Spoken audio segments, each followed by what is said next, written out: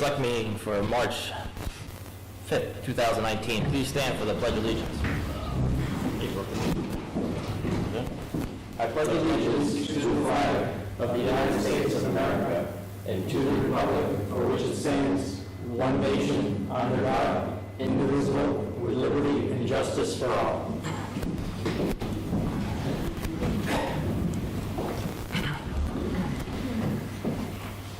On tonight's agenda, we are just going to discuss the warrant articles. So, how would you guys like to do this? Would you like to stop and do every article individual, or just I'll say Article 1, and if you guys want to discuss it, what would you guys prefer? I'm thinking the articles that are pretty straightforward, that pretty much appear each year. If there's any questions on it, I guess we can bring it up. Otherwise, we can probably just go right past it. Yep. That makes sense? Yep. Sounds good. I think, like, with respect to water and wastewater, I think we got a pretty good idea of where that budget is. So this is pretty straightforward. I think Dennis explained it the last time he was in. Mm-hmm. Good, yeah, sounds great. Let's see.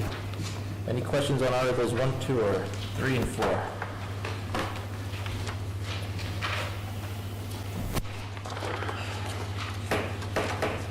Nope.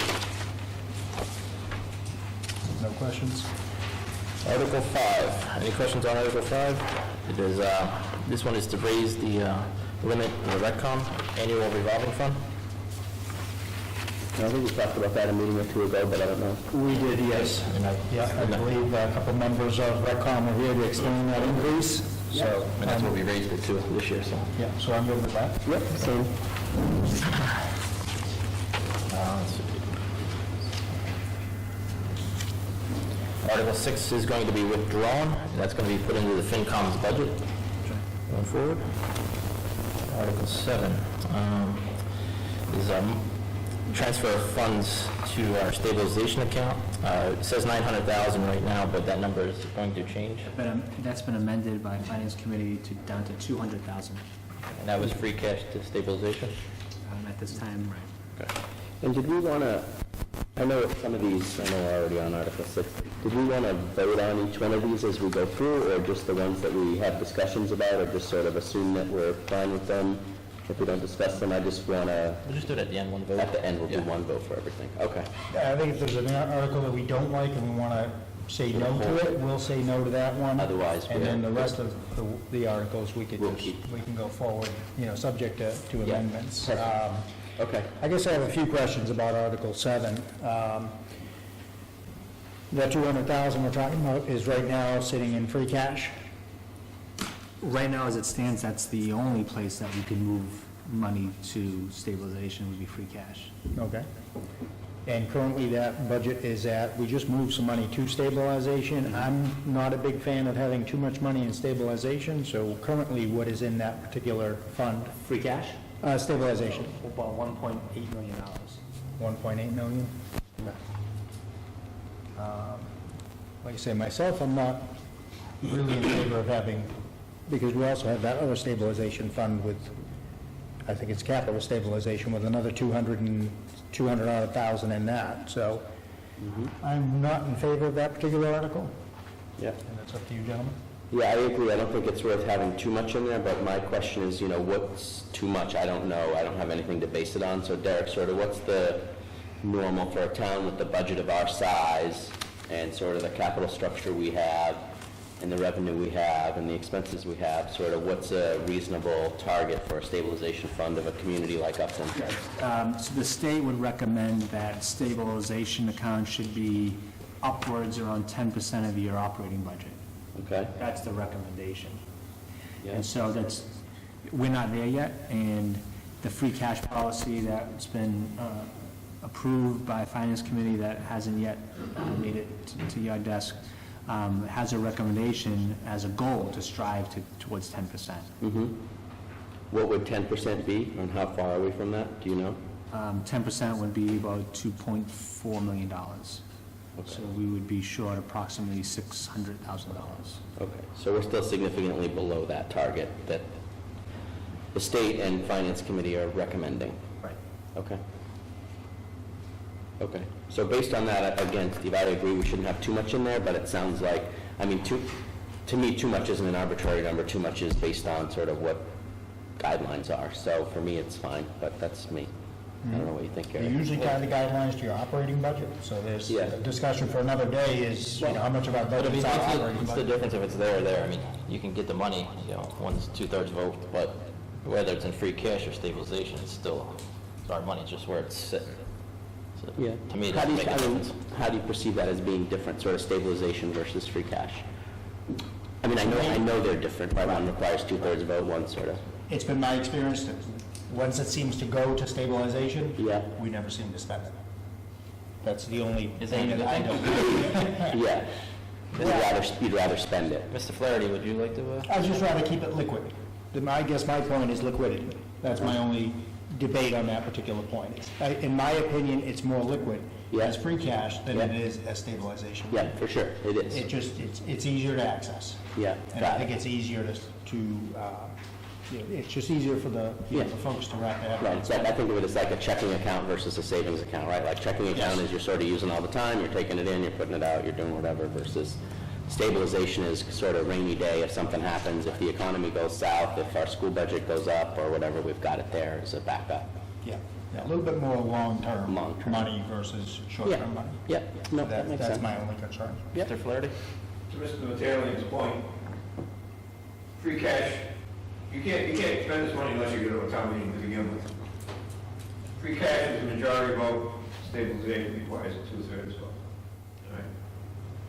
Keep in mind that of the amount of money Mr. Manager said is in that stabilization account, 492,000 of it was the part of the school override from 10 years ago. Madam Town Clerk tells me it was 10 years ago. But we did an override, if you recall, Steve, 10 years Yes. ago, because of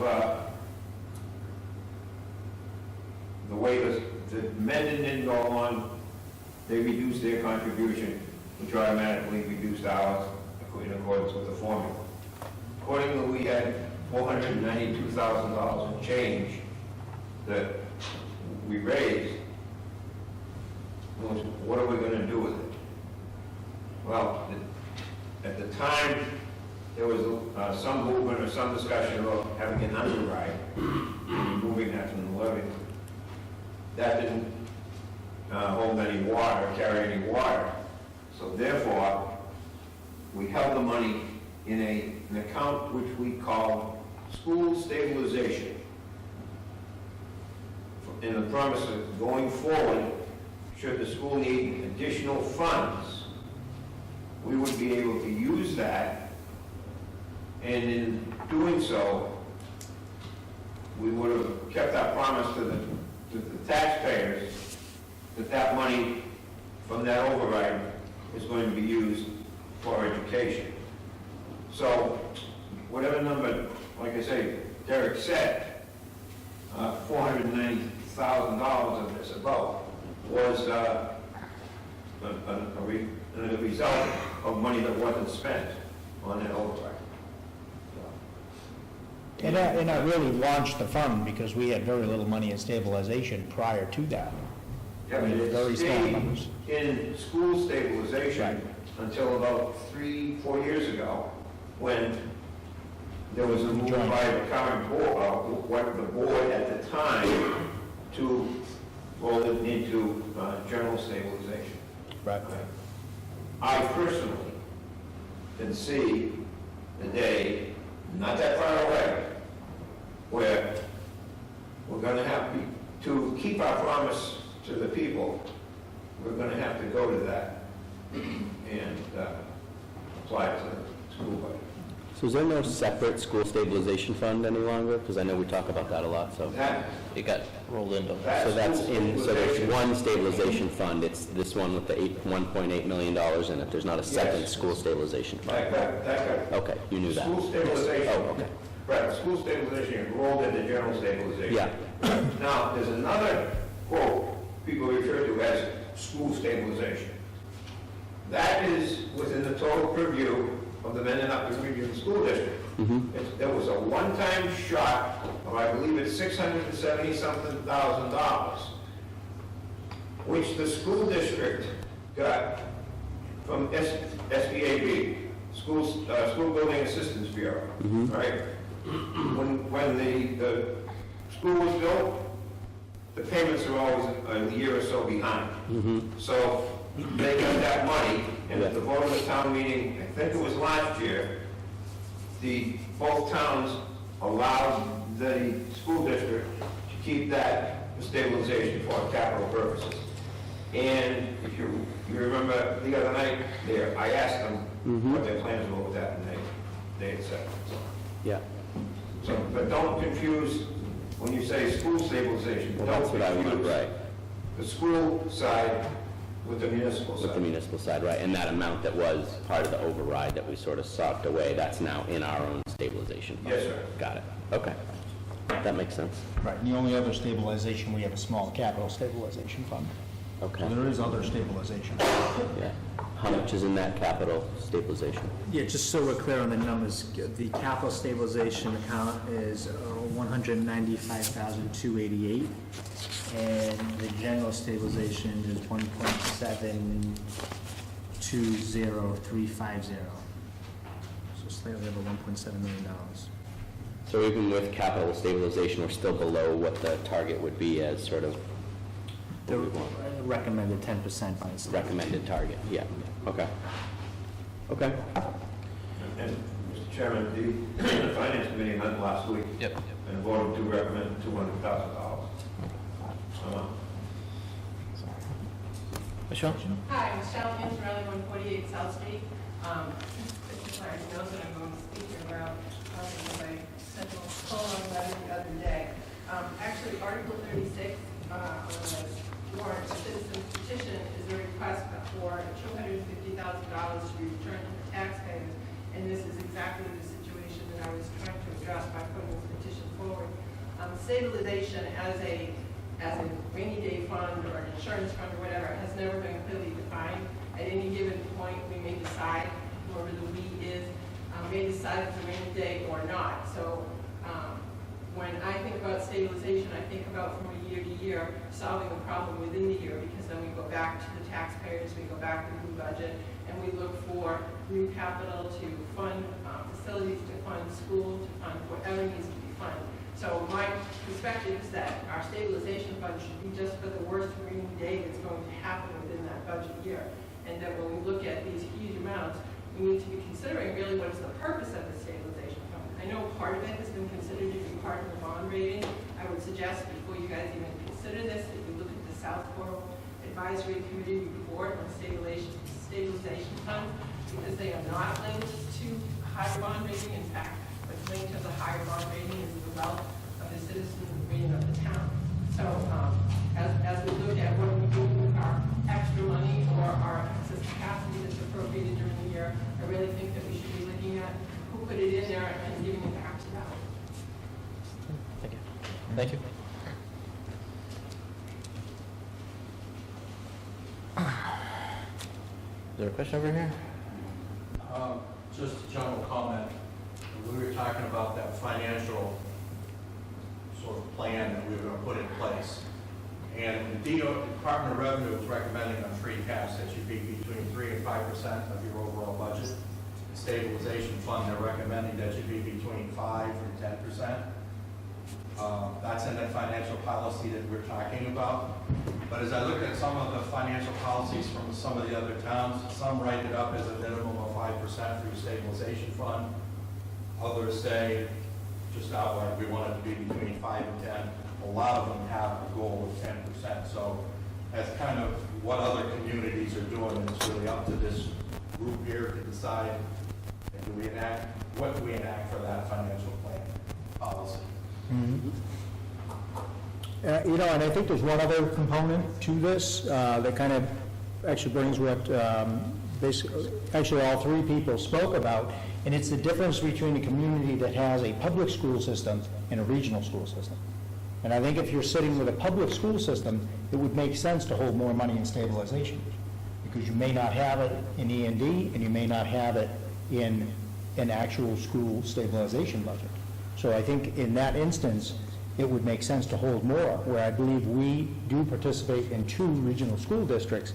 Again, I err on the side of caution. I like a lower number there as opposed to a higher number. So if it's between 5 and 10%, I would lean towards the 5%. If you need money, you can always have another special town meeting if you had to raise other monies. But as it is now, we're pretty consistent being May and then again in November. So if there were some sort of a financial crisis, and it happened in May, and you just went through your annual town meeting, you would have to stave off the problems until November, or call a special town meeting prior to that. But again, it kind of, all of it plays into your financial policy, and, to some degree, your taxes. I think, Derek, correct me if I'm wrong, but is the money from the stabilization fund, is that something that can be used to help offset the need for a Prop 2.5 override if we were to The have that stabilization proposed by the fund school? can be used for any municipal purpose. As the chairman pointed out, it requires a 2/3 vote from town meeting. Okay, so and I think that's part of my thinking on it is that, obviously, we would like to avoid a Proposition 2.5 override anytime, in the next few years, and we know that that's coming from the schools. We've heard that, it's been talked about. We know that their costs are going up. We know partly because we're in a regional school district, we're at a disadvantage, and because we have very little commercial base in the town, it all sort of sits on the back of the taxpayers. So I think that if we can save a little bit of money to try to decrease the burden on the taxpayers going forward when we do have a big ask from the schools, I think that's a prudent thing to do to try to help look out for what people's tax bills are going to be. And that's what for me, that's what saving this money is for that time when we would have a significant impact on taxes to say, sure, we could give $250,000 back now and save 10 cents, 20 cents per thousand of tax rate, but then in another year or two, if we have to come back and do a 2.5 override, that's a much greater impact on people's tax bills than if we can defray that by using money that we've saved in stabilization to avoid a 2.5 override. So that's part of my thinking for why we would want to maintain a higher stabilization now. And to your point, Michelle, that is the rainy day that I see out there. So that's something that, I'm looking out for the taxpayers by saving this money, so there's different ways of looking at it. And like, Right, we'll only put it out for 1 year. and like you were saying earlier, or was you or it doesn't make a difference. If Article 36 passes, if we put 200,000 here, basically it's just going from here to here. So it's Yeah, it ends up being a wash, net 50 out. Yeah, so you end up Yeah. losing 50,000. So it doesn't make. Well, I don't think necessarily that 200 would go into stabilization. Yeah, and Article 36 says comes from stabilization. So That we cancel it out. yeah, so it's like if we're going to potentially be spending 250,000 from there, why not put another 200,000? At least keep our stabilization where it's at. And just so people know what we're talking about, there's an article in the warrant about taking $250,000 out of stabilization. Or free cash. Instead of going free cash. Okay, Mr. Chairman, do you want to recognize the folks in the audience with questions? We'll get to Article 36, but Yeah. we'll get So I was just trying to explain what we're talking about, is that there's 2 options for moving money out of stabilization, and it sounds like Ms. Intramillo is correcting, as out of stabilization or free cash to buy down the tax rate, that's the 10 or 20 cents. Do you know, Ms. Intramillo, how much that would take off the tax rate? I don't know exactly. You don't know, okay. I would- So what we can do is look at both Article 36 and this one. Maybe, Mr. Chairman, we do that as a shared effort. It says from free cash, stabilization, or any other reserve funds. Or any other source of funds. Yeah. Okay. So the point is that we're looking at pulling money out of stabilization potentially, and we're looking at putting money into stabilization potentially. So I think the main thing is we've got to decide whether we want to save the money in the future to try to avoid and/or delay a 2.5 override, to give ourselves time in the budget to try to manage that and work our way around it, as opposed to being stuck and not having any options. So that's my take on it. I don't know. I think it's also going to be tricky as well, because, again, that we're assuming we put it forward, we don't know whether or not it would pass, and we would also be reliant on the other community. At the end of the day, this communities. is, yeah, no, exactly. And at It's the a lot end- of moving parts. 100%, and at the end of the day, all of this comes down to what the people want, Right. right? So whatever we put on the warrant needs to be voted on at the town meeting, and that's where the people are gonna have their say, so. Right, it'll be one way or the I other. was just Yeah, going to yeah. echo what Mr. Simons just said. Let the people decide if they want to do it or not. I'm on hold. Yeah, It's, your position is either put it on the warrant or you don't put it on the warrant, exactly. okay? Let the people decide if they want to do it. Yeah, I agree. Have another question? Well, normally, as far as should we keep it in free cash and stabilization, is there an interest type of difference? Because usually a long-term investment yields a higher rate of interest. Thank you. Yeah, Yeah, go. interest on, the town gets a certain amount of money in general fund and all the money they have. Interest on the stabilization account inures to the stabilization account. And what the other one is, the cemetery account, something like that. The interest of that incurs, otherwise the interest just goes to the town. But the stabilization, interest gain inures to that account. What's that mean? They give that account gets credit for whatever interest they get. Is there a different percentage number, I believe the question was? Not that I know. Is it just the rate, whatever I that is? don't know the answer. All I'm saying is that the interest inures to the account. Yeah, I'd have Either. to follow. We'd have to look. Yeah, either Kenny C or Kenny G would probably have that answer. You don't get interest on free cash. Okay? Any more questions about 7? No, I have no other questions. We'll just leave it, let the townspeople decide? You guys can 2-to-1 me on that. Sure. That'll be a 2-to-1, sure. Yeah, well, do we want to make the motions at the end, or are we making the motions as we go, or how do we want to do it, right? It's up to you, gentlemen.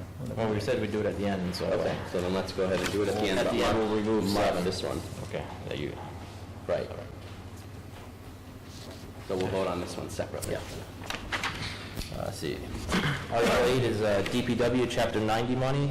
We got our numbers back, and that's going to be $316,288 from Chapter 90. Article 9 is also roads for DPW. Chairman, can I clarify that $316,000, that's not a raise and appropriate, that's borrowed. Yep. No, No, that's the, Talking about- number 9's. What are you talking about? Chapter 90. The Chapter 90. It's on. Yeah, but that's, So Article 8 is Chapter 90 money that's given to the town from the state. Chapter 9 is Article 8, Article 9 is what Chairman Fire is referring to. That's $546,000. No, I'm talking about the, from operating up the one, the Chapter 90 money from the state, they generally borrow. The other one is a raise and appropriate, right? Article 9 is raise and appropriate. Yes. the Yes. state gives us that money. The state gives us, under Article 8, they give us that money.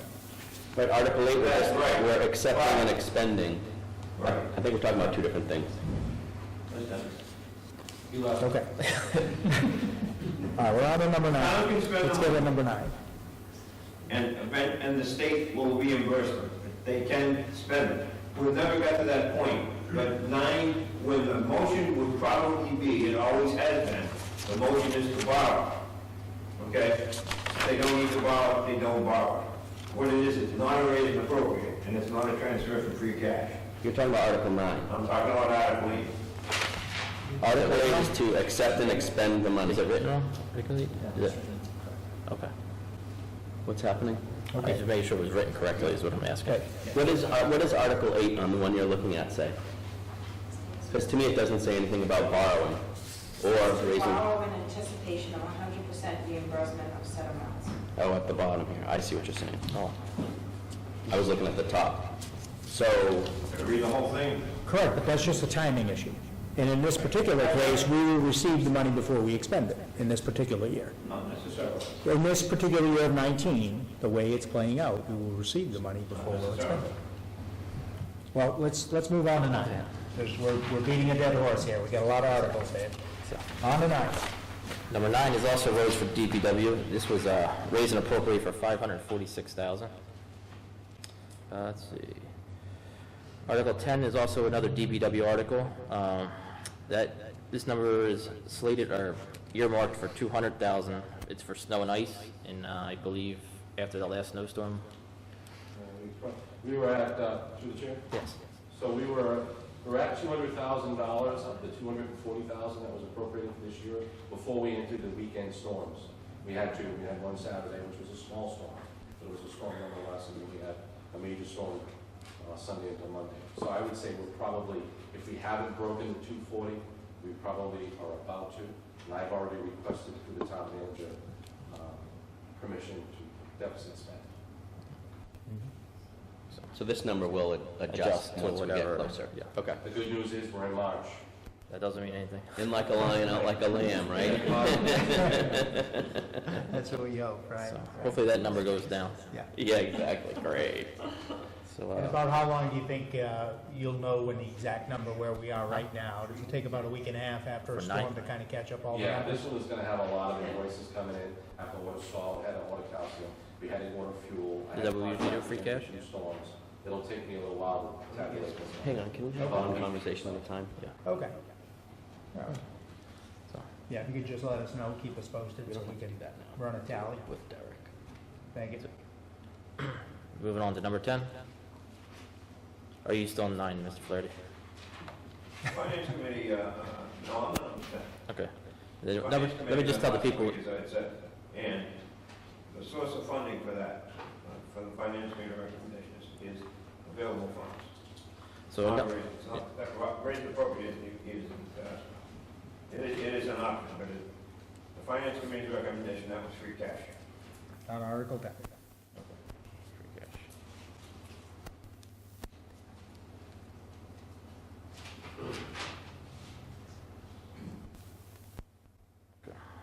any other questions on 10? Do you have anything there? Number 11 is raise and appropriate for $100,000 to OPEB, which is a yearly thing. So this is going to be another article we're going to withdraw. We're able to, given the new budgeting software, we're able to build this into our operating budget. It's been a standing $100,000 contribution to OPEB. So we're going to withdraw this article because it's already recognized in the operating budget. How much a year are they going to budget through this new software? Right now, it's $100,000, but as we go through the budget process annually, if the Board of Selectmen or Finance Committee decides to change that number up or down, then we can make that adjustment. Then we can make that adjustment through the operating budget. It doesn't have to be a standalone article. Okay. And will that be in Board of Selectmen's portion of the budget? It's a standalone portion of the budget. It's in there right now. We'd have to move around the accounts, but yeah, I mean, we could show it in the Board of Selectmen budget. Okay. Article 12 is put forth by CPC.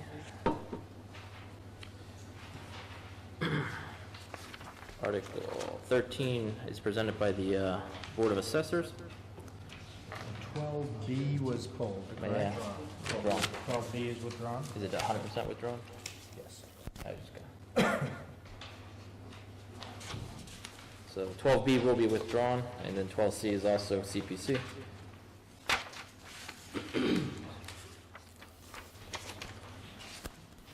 Any questions on Article 13? Okay. Would you like to say anything, Mr. McGowan? If you have any questions, I'd be happy to answer them.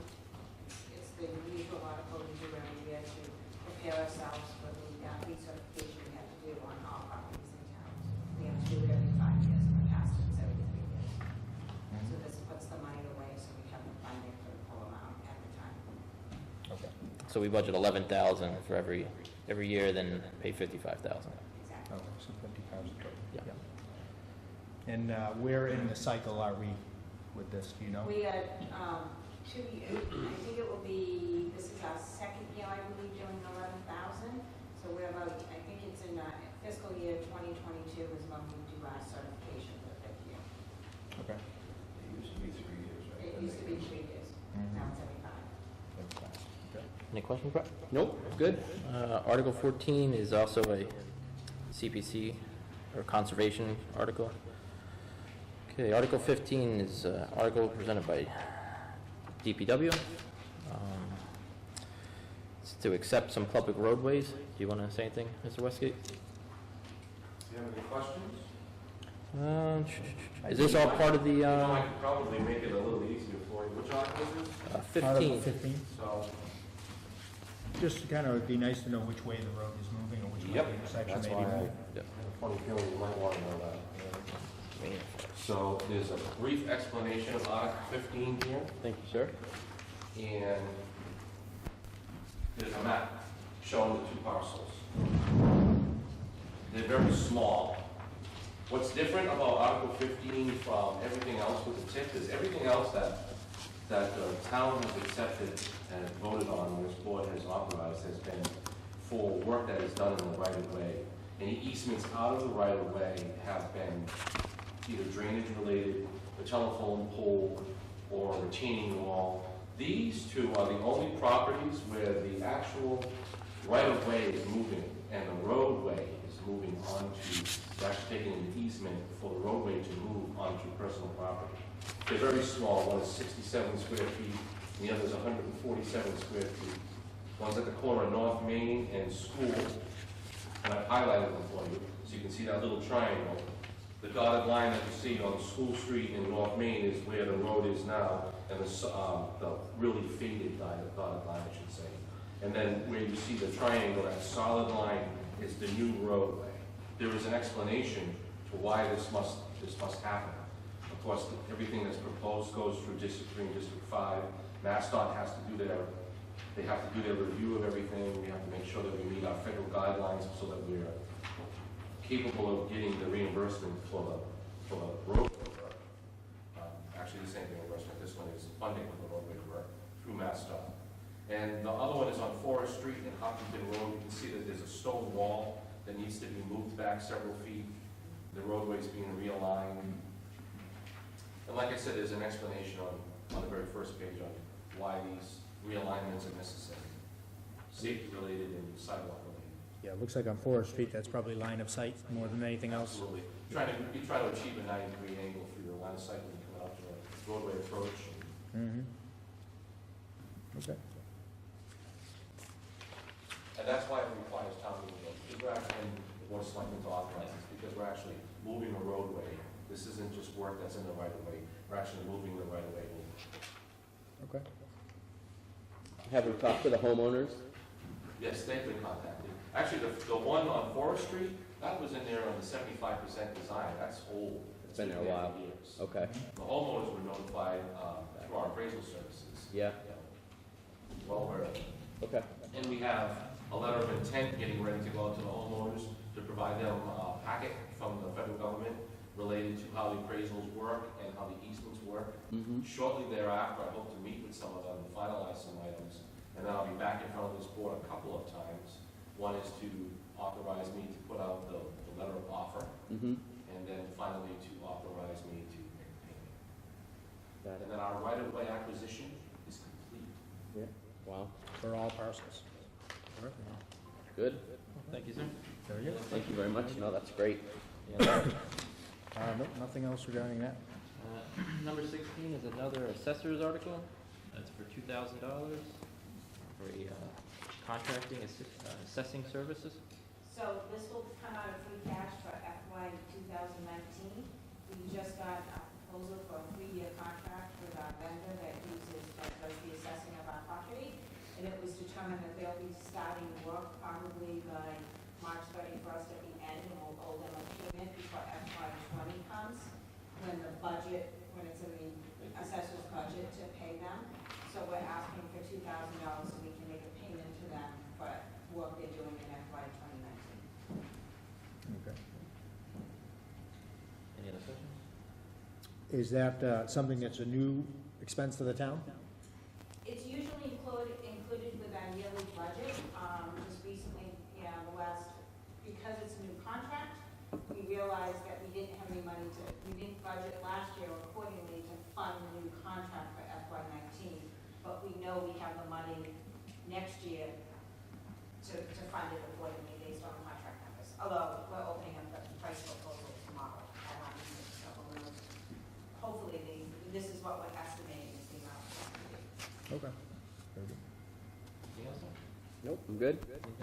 Nope, that's good. Article 17 is a general bylaw change, changing the size of the capital budget committee from 5 to 7. 5 to 7. I think we had talked about this a few months back, so it's just coming forward. Agree? That looks good.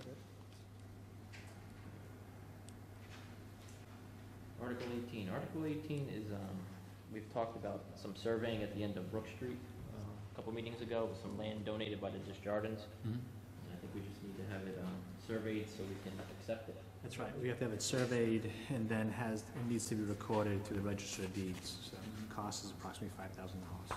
How much land was donated, I don't know that. approximately?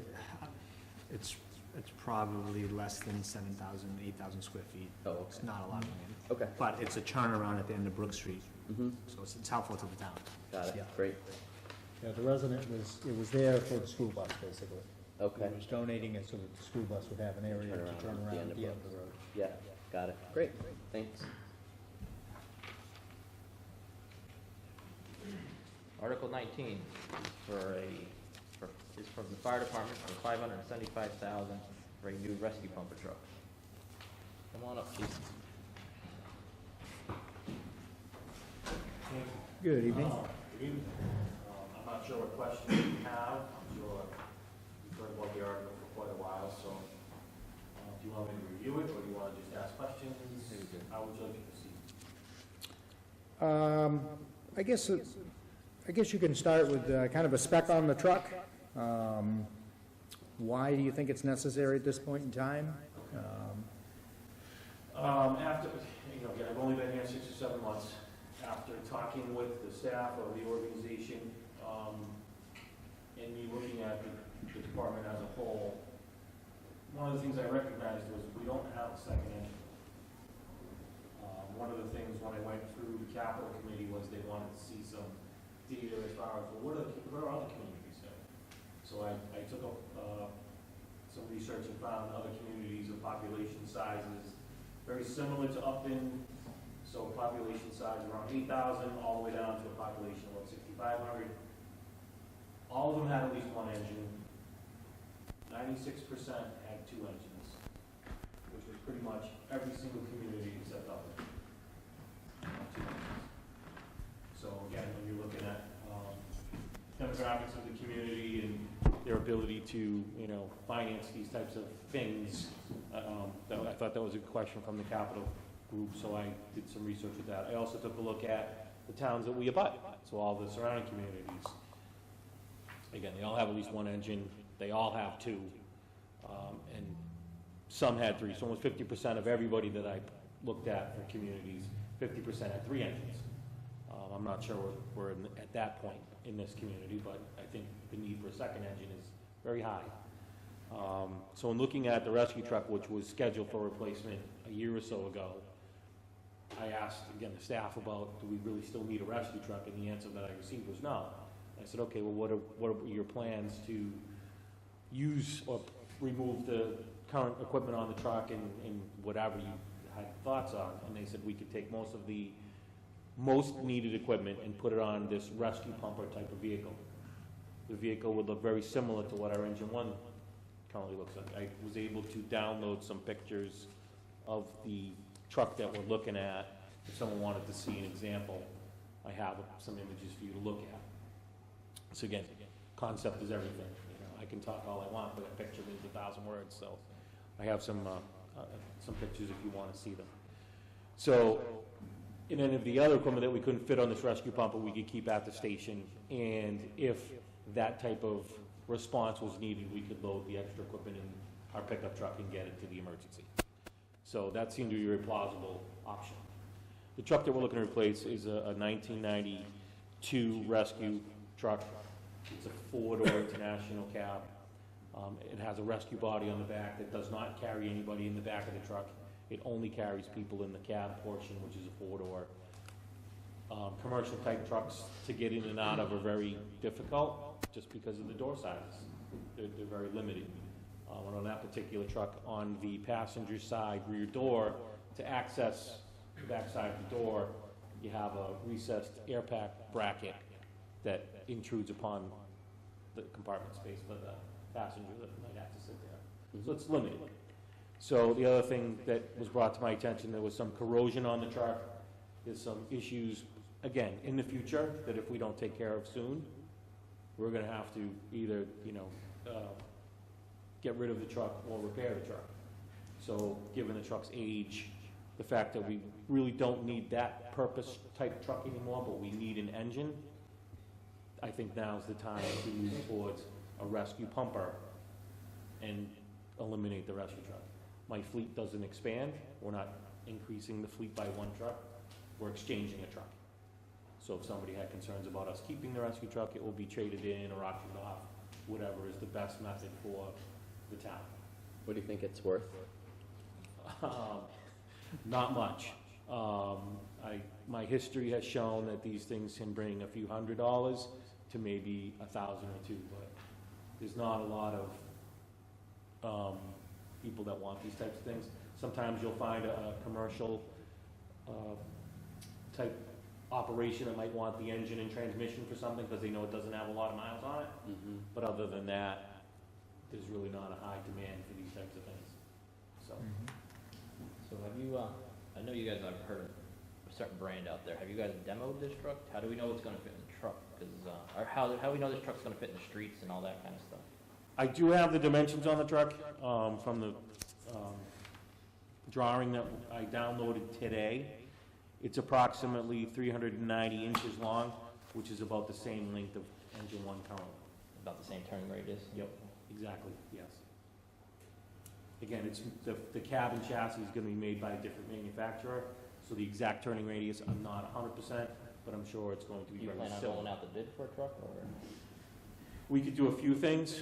One is, we could use a bidding process through HGAC Houston Galveston bid process, so then you don't have to go out to create a SPAC and do all these things.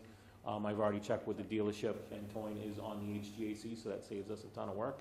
So then I can kind of, what I've done historically is I can poll other dealerships and look for competitive pricing and giving them all the understanding that we're going to be using the HGAC. The Massachusetts model that goes through the FCAM organization and CMRPC, or the Mass, I'm at a loss as to which group that is. Toyne is not part of that group. It's only the major manufacturers, Pierce, E1, there's one other one that sits on that group, but other than that, if you're not one of those three, then you don't have the ability to use the Massachusetts bidding process, but the HGAC has been voted and allowed to be here in Massachusetts, so we could save, again, some dollars there by doing that.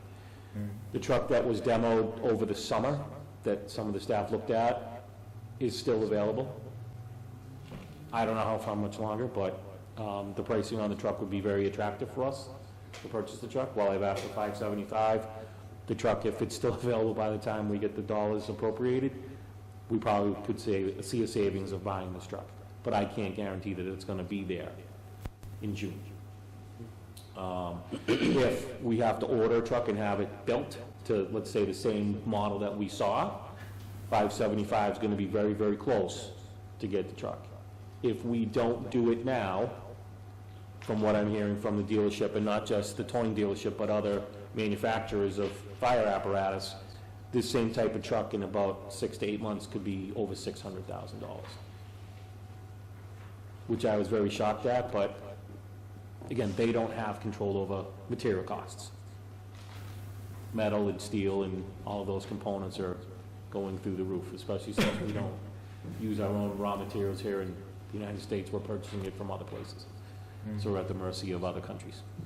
What types of things are rescue pumper used for? Obviously, rescuing people and pumping water, but specifically, is this, when would you use this? How often would you use it? How would it be utilized?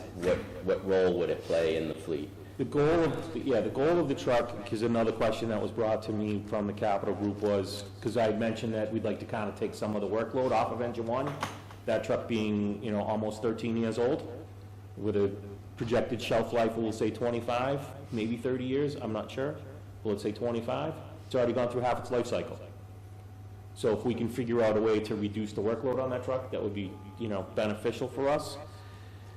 And I did do some statistical analysis on what we do for workload.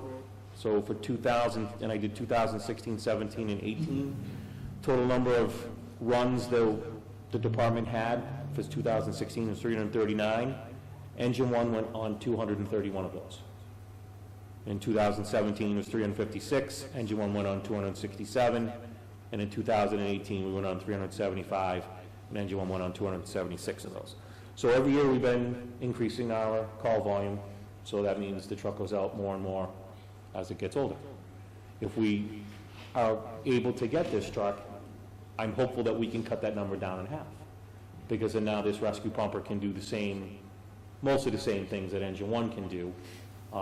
We would prefer to see this go on CO activations, maybe a smoke detector activation, the types of calls that in the fire service we call them smell and bell calls. We know by giving the information that we've received through the 911 dispatch center, may not be a high-level priority call, but this truck can go, and if conditions change, it can function and perform just like any other Class A pumper. So it would be... Would it be your sort of first response to house calls? Yes. And motor vehicle accidents, things like that? Correct. And right now, if we needed that extra equipment, Engine 1 goes with limited equipment, Rescue 1 has to follow it up, so now we're using 2 vehicles. Yeah. If we have this truck, 1 truck can go, I don't have to send 2. Right. And given the limited staffing that we have, it certainly makes sense to try to, maximize every piece of equipment that we have. How big is the tank in it? 1,000 gallons. 1,000 gallons, like how much fire suppression does that give you? I know it sort of depends, but... It does depend on the size line you want to use, how much water you want to flow. Yeah. Typically, if you want to run a big line and you run a 2.5, that's 250 gallons a minute, and that's a lot of water. Yeah. But if you have a structure that's well involved, Yeah. that's going to go very quickly. Yeah. So, but 1,000 gallons of water right out of the gate Yeah. for a single room and contents, you will do a very good job at knocking that down. Yeah. Okay. So that's my question. Thank you. Yeah. I mean, my concerns, I have a couple of concerns. As time's gone along here, we talk about the Quint, for instance, we spoke about this a little bit earlier. We still have 3 years payments left on the Quint, and that piece was supposed to be able to take care of all these different functions, pumping water, obviously the tower function, has water on board, so it, has some tank capacity. We also just bought the pumper tanker truck, which was my understanding that with the purchase of that truck, that was kind of going to put this rescue pumper years and years down the road. So we just got that truck, I'd say 1.5 years ago, I think it's been. So yeah, again, that truck's got the pump capacity and the water capacity on that truck. So it just seems to me like we've kind of got a lot of trucks that can do more or less the same thing. Do we really need another truck? We're trying to make this a lean budget cycle, to try to save some money and, try to prepare for some capital investment in town, and this is a very large ask. Historically, the fire department's not the fun guys. We're the guys that say no, and we're the guys that look for $500,000, $1 million pieces of equipment. So I'm very comfortable speaking to, some of the issues. A Quint is just that. It's a truck that can do 5 different things. Now, when you say it carries water, yeah, it does, but it's only 300 gallons. And predominantly that water is meant to protect the truck should it find itself in a problem. Does it have a pump? It certainly does. But it's not capable of getting to a lot of places here in this community, given the size of the truck that it is. That's a big truck. It has great functions to do what it's designed to do, which is predominantly an aerial, but it can function as an engine if it needed to be. The engine tanker that you speak of, that truck right now can't carry all of the prescribed equipment to meet the Class A pumper standard. It has a lot of equipment on it, but to have every single piece of equipment on it, the compartment space is not available. It's mostly tank. So when you look at the truck, you're looking at 3,000 plus gallons of water. So it's all water, not a lot of space for extra equipment. This rescue pumper, again, and I can give you these to peruse later, there's a lot of compartment space that allows us to put all of the necessary equipment to meet the Class A pumper standard, plus the rescue equipment that we'd be taking off of the rescue truck. So it would be a rescue pumper truck, which is the name of the truck, and that's kind of the purpose of this truck. I don't disagree that the Quint can perform some things, but it can't do it all. I don't disagree that the engine tanker can do some things, but it can't do it all. This truck can certainly do more things than the Quint and the engine tanker, but it can also be that other engine, should engine one be out of town for whatever reason, have a breakdown, or God forbid, end up in a crash, well, now we don't have an engine. And we're left at the last minute trying to find one that fits, and probably won't fit what we want. We'll take whatever's on the lot, if someone even has one on the lot, so. I found it very interesting, in a lot of communities, almost every community had two engines. And what my definition of engine was, so that everybody's clear on my definition was, it had to be at least a four-door truck. It had to carry at least 500 gallons of water, which I thought was very reasonable, and it had to have at least 1,000 gallon a minute pump, which again, is, I think, a very reasonable standard to look at. I didn't look at anything outrageous. Getting back to the pumper tanker that we currently have. Yep. How big is the pump on that? Is that a 1,000-gallon pump? It's a 1250. 1,250. The problem is it doesn't carry the hose required. Right. to make it. So again, the pump size really doesn't affect how much water's on the truck or how much hose goes on the truck. That just tells you how much water it can move, given the situation. So if you're able to feed it 1,250, it can pump 1,250. You can feed it 2,000, but it's only going to give you 1,250 a minute. So the pump size isn't really, So if you're drafting out of a lake or something, obviously you have a strong Right. water supply. you can give 1,250 to the next piece or to the fireground Does this operation. truck help your ISO rating at all? That I'm not sure. I could look into that. But I'm really not sure. I can't, I don't know. So, I was gonna say, Do we, oh, go ahead, sorry. No, I don't want to interrupt you. my biggest concern is I just want to make sure it's the right truck for the community. We've been sold a bill of goods on 2 previous trucks, and we were told that we didn't need a second pumper when we got rid of engine 2. And now, fast forward 5-6 years, now we're back at this position. So I just want to make sure if we get the truck, it's the right truck, and it's just not the shiny object that they went and saw. That's why I'm concerned about buying that truck without, having it in town, driving it around town. Correct. Make sure it fits. I think if we are successful with the article and the money is allocated for us, we'll make sure we have a vetting process before a truck is finally purchased. I can't speak to history, and sometimes when you listen to facts from history, I'm not clear on exactly what really did transpire, what the discussions and conversations were. But I have been told and led to believe that not a lot of people were in agreement to get rid of engine 2 within the organization, but it was told to get rid of engine 2, so that's where it went. So I think, given the experience level of the staff that's within that department, and for them to say we don't need a rescue truck, that says volumes right there, that they don't believe we need that truck anymore to do that purpose. We can consolidate and hopefully get 2 trucks to do something for us. And if in the future a rescue truck is needed, well then they should come forward with the data and the stats and everything else required to get a special truck just for rescue operations. If we make an investment like this, when do you see us needing another piece of fire equipment?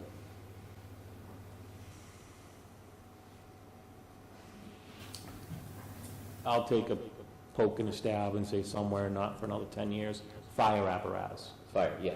No, I understand. Because we also run the EMS is EMS different. division as well, so fire apparatus, again, from what I've learned from the equipment, engine 3 is in pretty good condition. Engine 1 is obviously 13 years old now. If you get another 10 years out of that, you're up to 23. Where's your tower? Where does that fit in? That's a 2,000, so that should get you to 25. Because I don't want the tower and a pumper coming up the same year, because you're looking at Right. almost $2 million over. By then it'll be probably. Well, God only knows what it will be by then. $2 million, We could be spending almost $2 million on an aerial truck just by itself, but, yeah, yeah, it won't be, well, but I want to make sure I leave the place in the right position. Just like the last place I left, always leave the place better than you found it, so. I think in working with the capital committee, that's something that I know for an objective, they have long-term goals they want to try to put together, so that should be part of that plan, is how to, keep the apparatus within the right funding cycles to not get overloaded in any one year.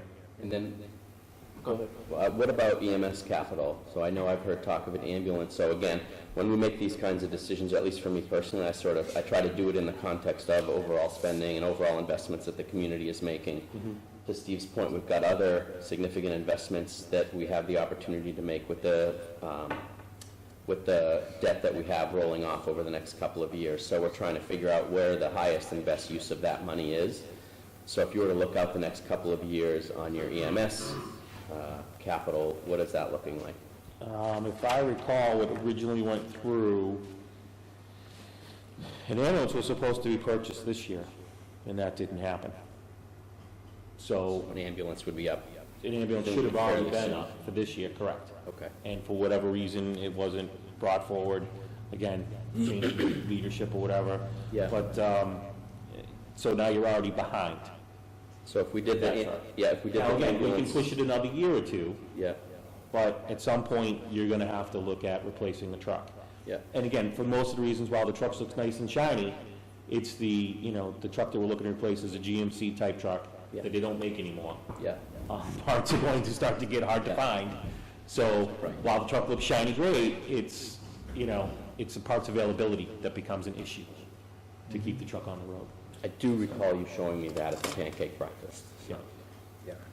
Yeah, I think unfortunately in a small community where we're 95% residential, unfortunately, we've got to, we've really got to get these vehicles and kind of run them right to the last mile if we can, Exactly. because the residual value is so low. Right. It's like the truck that, that you're asking to replace, it's still in good shape. There are communities that would still run that truck for probably another 5 or 10 years. So for me, I have a hard time spending that kind of money. Sure. I just feel like this particular budget cycle, like I said, I'm trying to be consistent, and I just don't want to spend the money, to be quite honest. what's the, My personal opinion, this truck, Rescue One, they don't even need it, but they do need another pumper. Anytime the truck's out of service, you have a truck that can't fit in half the driveways, and God forbid somebody's house catches on fire. We don't have an engine. But that's an ongoing problem, because all of these trucks have the pump capacity. They've all got plenty of pump on them. It's a matter of where it is. Where I live, there's no hydrants. So if they're gonna put water on my house, they're probably gonna have to draft it from the pond down the street. So there it becomes a matter of, you've got the pump capacity, you've just gotta have the hose. Right.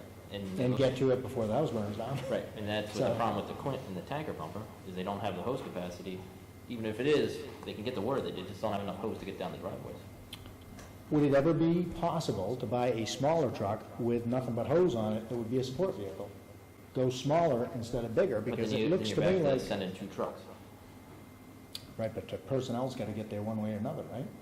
Yeah, I Don't you think- kinda always end up sending 2 trucks? I think with him, he's limited manpower, so he has to make his biggest bang for his buck. If during the day, he's got 4 guys, he's gotta be able to get 4 guys there with enough water and enough hose to make it an effective attack. If not, he's got an engine here, this and that, and it's just not gonna work. So right now, the truck that would run, if there were that type of a call, which truck would make that call? Engine 1. Engine one? And if engine 1 breaks down or goes somewhere, we have nothing for our community. We would run the pumper tanker, right? But- Because now you got water on wheels and you got... But you don't have the hose.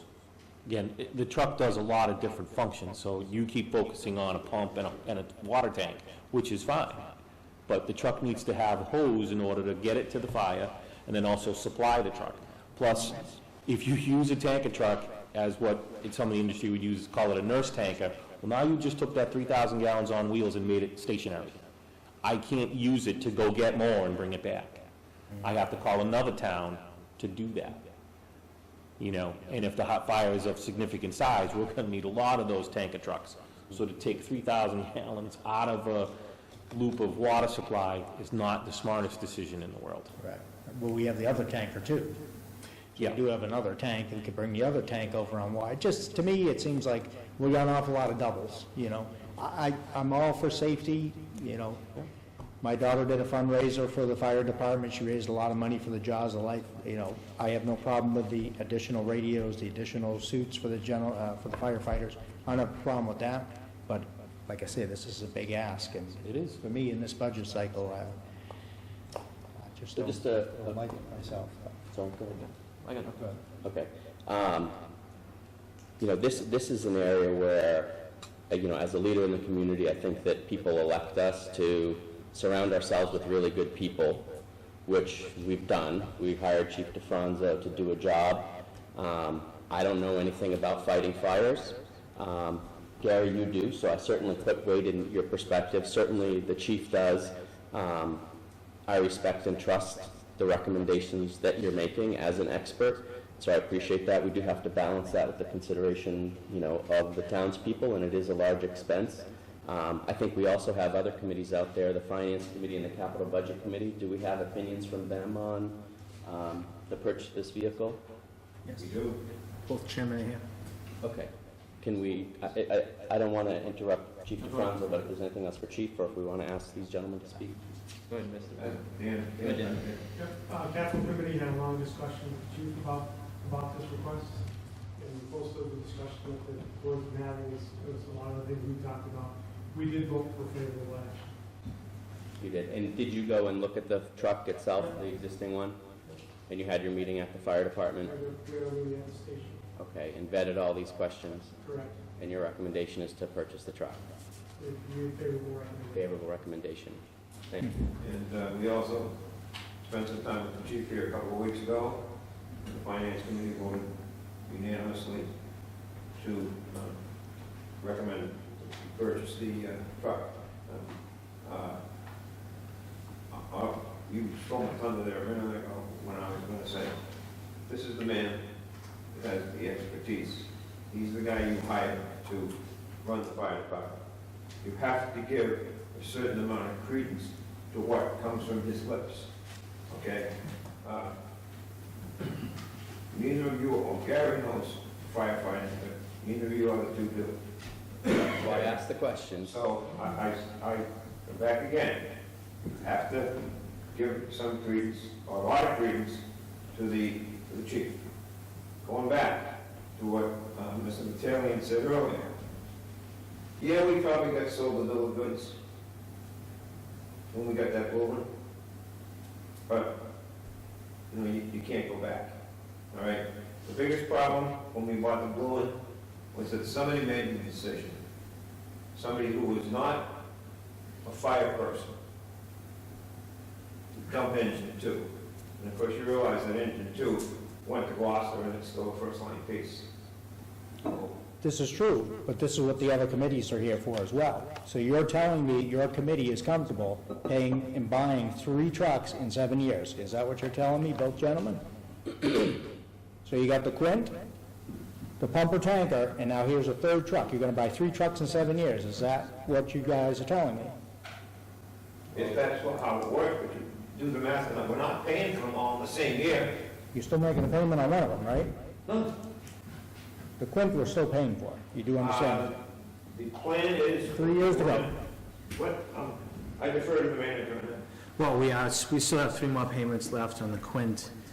We have a payment that's due on May 1st of this year for $50,000.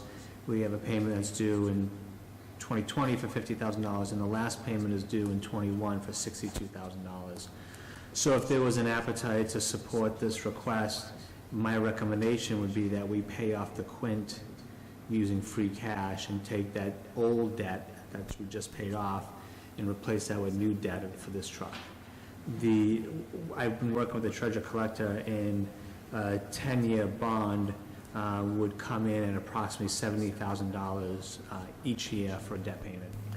What is it now on the Quint? The Quint is $50,000 in the next 2 years and $62,000 in the last year.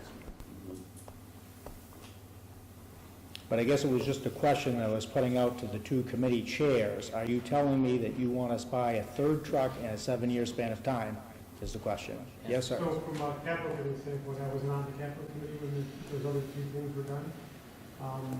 I think one of the things that the capital committee's talked about a couple of times, when we talked earlier on about planning, when it talked about apparatus for the fire department, vehicles for the DPW, the community needs to get on a long-term plan. We need to be looking at these things over 20 years.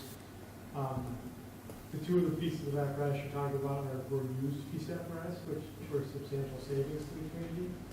I know that the capital committee did not have much of an appetite for looking at any more used apparatus because we don't know where we're getting, we don't know how well the community's going to do in the back end of the used apparatus business.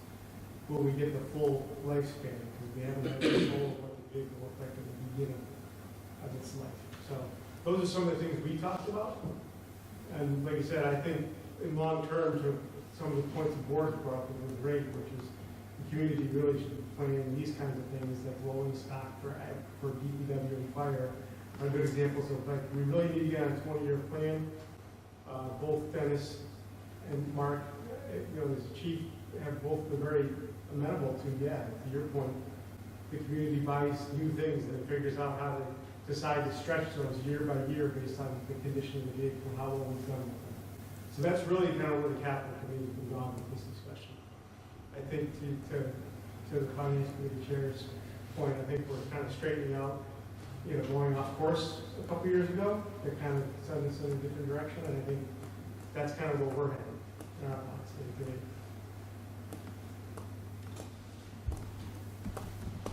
I guess that'll be. Keep in mind that if you pay off the Flint this year, the first payment for this particular vehicle wouldn't be until 20. It wouldn't be until 21 if we were to order it and then build it, but given what the chief just mentioned of this vehicle being available in June of this year, I'm gonna have to work with the chief on that to see if there will be a payment due in FY20. Okay. So, Bring it to the taxpayer. yeah, I'm good with moving the article forward and letting the people vote on it. I think we have a lot of experts and support around the community, and it seems pretty unanimous that we should bring this to town meeting. Well, unanimous. That's not unanimous. Yeah. Unanimous among the fire chief, the capital committee, the finance committee, and 2 of the 3 board members here.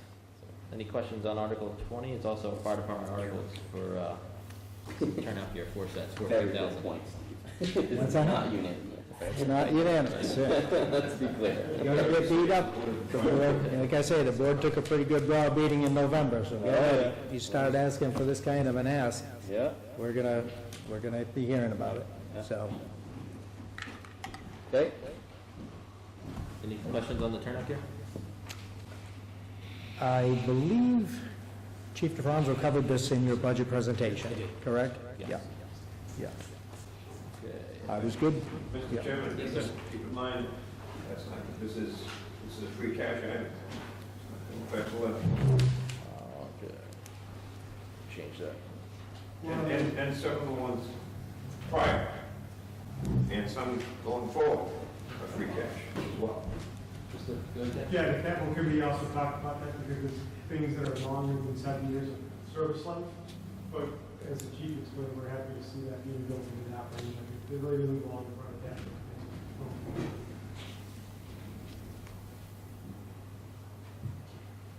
Okay, Article 21 is for $10,000 for a codification system. Can you explain that for us? Yeah, I'll use Derek's help. So I gave you a copy of this earlier. I know Derek emailed this out to you.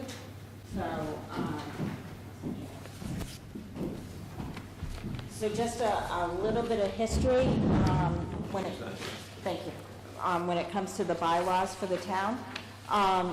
So 18 years ago when I was elected, the general bylaws had not been updated by my predecessor for probably about 10 to maybe 10 years. It was just a lot of scraps of paper. So I worked with a community member and he helped me put the general bylaws together. So I have a very good comfort level that what we have is correct. However, I don't have any history on when things were adopted, when we accepted certain mass general laws. It's literally a Word document that I've been maintaining for the last 18 years, and when we make changes, I think this will be the 3rd or 4th change to the capital budget on a town meeting warrant in the last 3 to 4 years. So what this codification do, I have a lot of fellow town clerks that use this company. They take our bylaws, our general, as well as our zoning, and they go through them. They make sure that everything is according to Mass General law. They have the expertise in that, and they index it. They let us know when things were accepted, when Mass General laws were accepted. For example, with the Capital Budget Committee, I briefly reviewed this with them.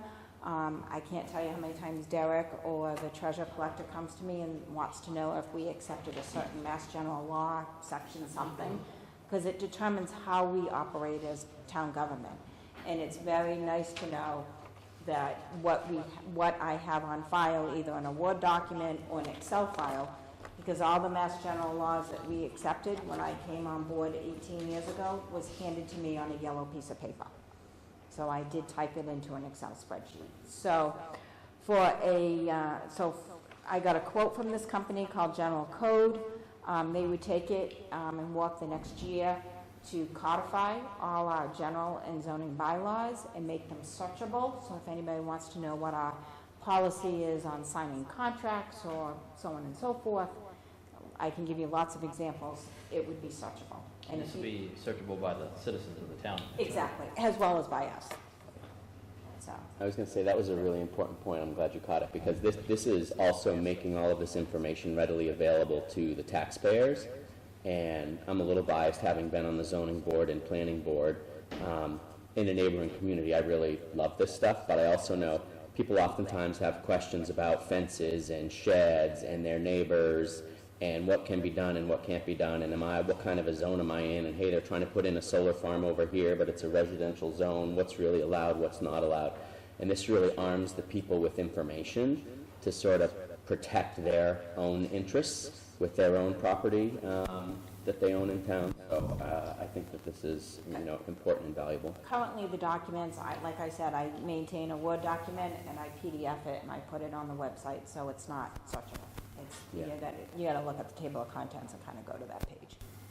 And this will be all the information in the same spot too, instead of different books. Yep. Any questions, Steve? No, I don't. No. Very good. Thanks. You want to stay up? Article 22 is $16,000 for 2 voting machines. Well, Was it fall town meeting? We skipped over this? I don't know if you guys have any questions now. I think we talked about it a little bit back then, but just for, I guess, folks at home, if you want to just give a brief overview and then kind of give us an idea from a capital standpoint, how long do you think the new ones would last? so the machines that we currently have were purchased in 2003, so they're 15 years old, and the technology goes back to the 1980s. As a matter of fact, the current, the vendor that I use to service the machines asked me to increase the maintenance, the yearly maintenance on those machines because the technology is out there. About 3 or 4 years ago, the state approved the new voting machines, and it's pretty much, it's the same type of machine where you're still going to get a paper ballot, you're still going to mark the ballot like you've always had, but instead of putting it in that scanner, it will be a little bit more, looks a little bit more high-tech, but it works pretty much the same way, but the technology is probably 30 years current versus what we've been using in the past. How long do you think this machine will last? It would, well, we've had technology since 1980s that lasted 15 years, and this is technology that was developed probably in the last 10 years. I would expect it would last 10 to 20 years, and not to speak out of turn, but I did present this to the capital budget because it does, I do anticipate it having a life more than 10 years, and it was favorable, recommended by the capital budget. And the finance committee. Any questions for Sam? Awesome. Anyone? Nope. Okay. Thank you. Article 24 was withdrawn. Oh, sorry, I'm skipping around now. Sorry about that. Article 23 is for $12,000 for the first year of the DPW truck driver's contract. Right, so we executed a 3-year contract, collective bargaining agreement with the truck drivers union for the DPW, I would say mid-October of 2018. So this article here is to pay them retroactively to July 1st, 2018 for the remainder of this fiscal year. Any questions? Nope. 24 has been withdrawn. The Finance Committee recommended favorable action for free cash for the $16,000 and this $12,000 and the one before it as well. I mean, the one before the So Derek, 16 and then the Clarification. what's the best way to create clarity around what these are gonna be? Because I don't wanna be surprised by whether these things show up as raise and appropriate, or transfer, or borrow, or whatever. I know you gave us this recap, which sort of has everything in it that I see sort of from free cash and all that. So does Right. this need to align with this, or this So is sort the- of the standard template, and the- then after the fact, we just do this? So the decision is made, how we're going to fund these, that'll be articulated in the motion. So the motion, when we develop the motions for these articles, it'll say to either raise and appropriate Yeah. or to pay with free cash. Okay. So it's not gonna read in the article, Yeah, it'll read in the motion. in the motion. Right, these Okay. articles will not change, Got it. unless there's an amendment to the article. Yeah. But as far as how we fund them will be in the motion itself. I got it. Okay, that makes sense. Okay. Thank you.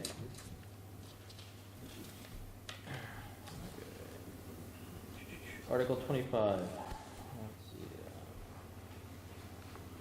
This is for the DPW for $16,592 for the purchase of 2 new lawnmowers for the parks and cemetery. Any questions, Mr. Westley? Yeah, if you could just give us kind of an overview and a little bit of a spec on what you've got here. So purchased one. I think it's one mower, One? that's the part. I was thinking it'd be 2 with that price. So, this is for the Parks and Cemetery Division. They currently have 2 of these type of mowers. These are commercial mowers. These are not typical lawnmowers like you would find in a big box store like at Home Depot or Lowe's. These are commercial cutting machines, 37 horsepower engine, a 5-foot mower deck. They're designed to cut at high speeds and with precision, including bagging in all types of weather.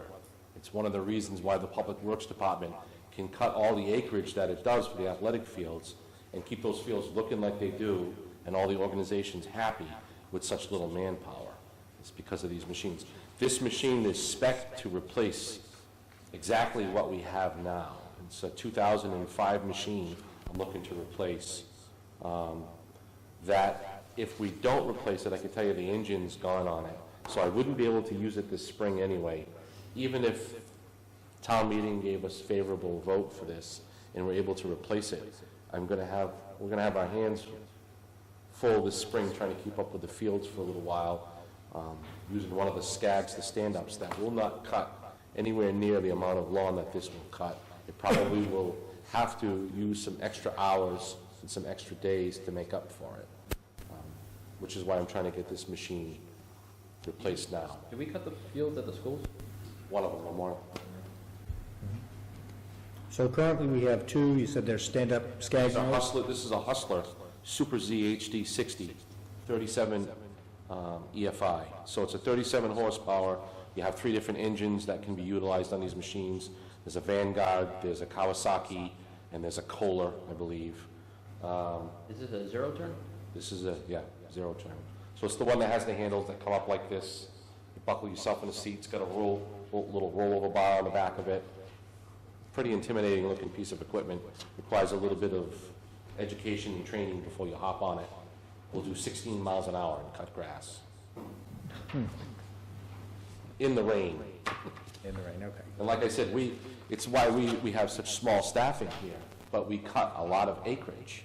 And it's why we're successful, is because we have these 2 machines go nonstop, 3/4 of the year. So this will replace one of the 2 that you use now. Correct. When do we expect the second one to reach end of life? The second one's not that old. It's only a few years old, so it'll be quite a while. Yeah. Okay. The one that's being replaced is a 2005? 2005. Yeah. Does that have any residual value, or at this point, is it? I'm sure it's got some worth to someone out there. I mean, they're gonna have to replace the engine, and the pump's worn on it. What happened to the engine? It's just old, too many hours. These things are, it's a commercial mower, and it's used as a commercial mower, so it's not, it doesn't go out once a week and cut a lawn. It goes 8 hours a day, or sometimes more, at least 5 days a week, spring, summer, and fall. Any other questions for the? I think that's all I got. Oh, I think the only other question I had is what do you think approximate lifespan? Would a machine like this last 15 years, 20 years? I think you could get, well, what did we get out of this one? This is an 05, so we got, I think 10 years, if you use them commercially, like we're using them, is probably the manufacturer's lifespan. Obviously, we get as long as we possibly can till you get to the point where this one's at, and you just can't get any more out of it. Okay. The next article is also. Mr. Chairman, Yes, sir. Finance Committee recommended favorable action with free cash, if that's Chairman, Same with the capital. capital. The next article is for $310,000 for the Fowler Street Bridge.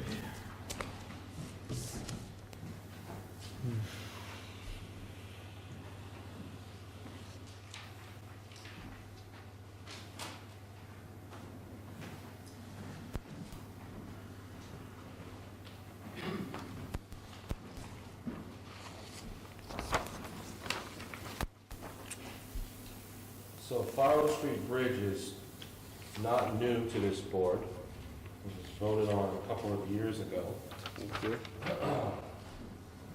For a replacement.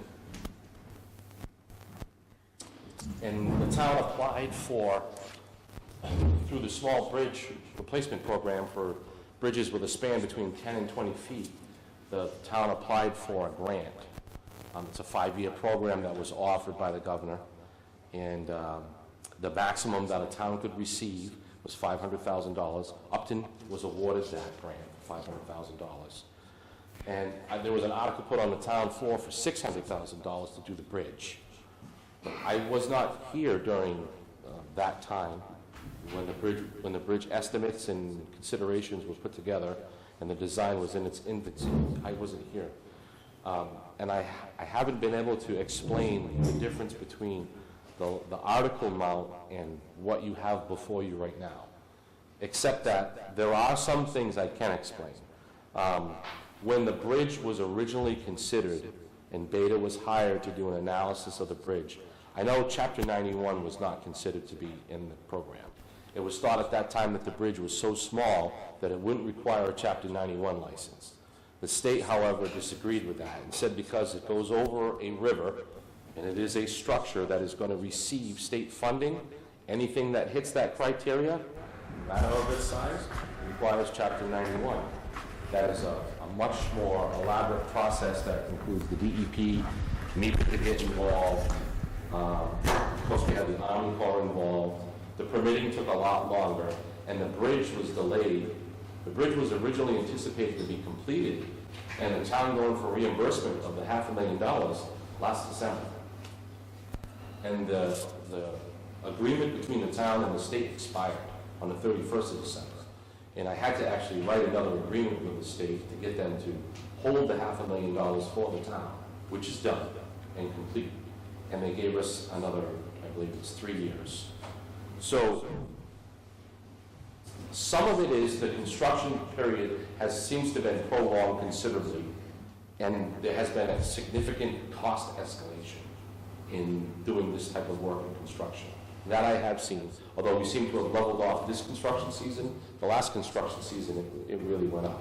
Chapter 91 definitely threw a monkey wrench in the gears and caused a lot more inflation of funding to both the engineer and the permitting process.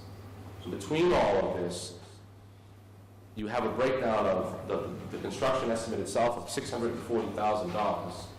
Keep in mind, the original article was for just $600,000. This is just construction alone. The water supply is $121,400. You have a police allowance of $10,000 and contingency of $76,100.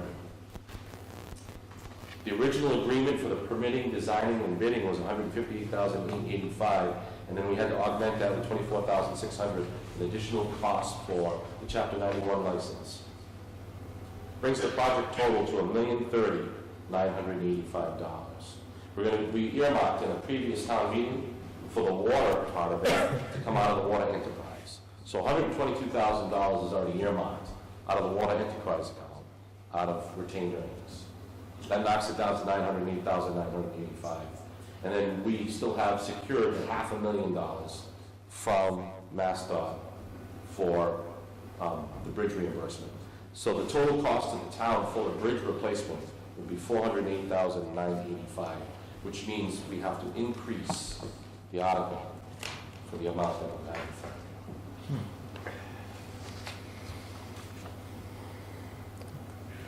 Go ahead, sir.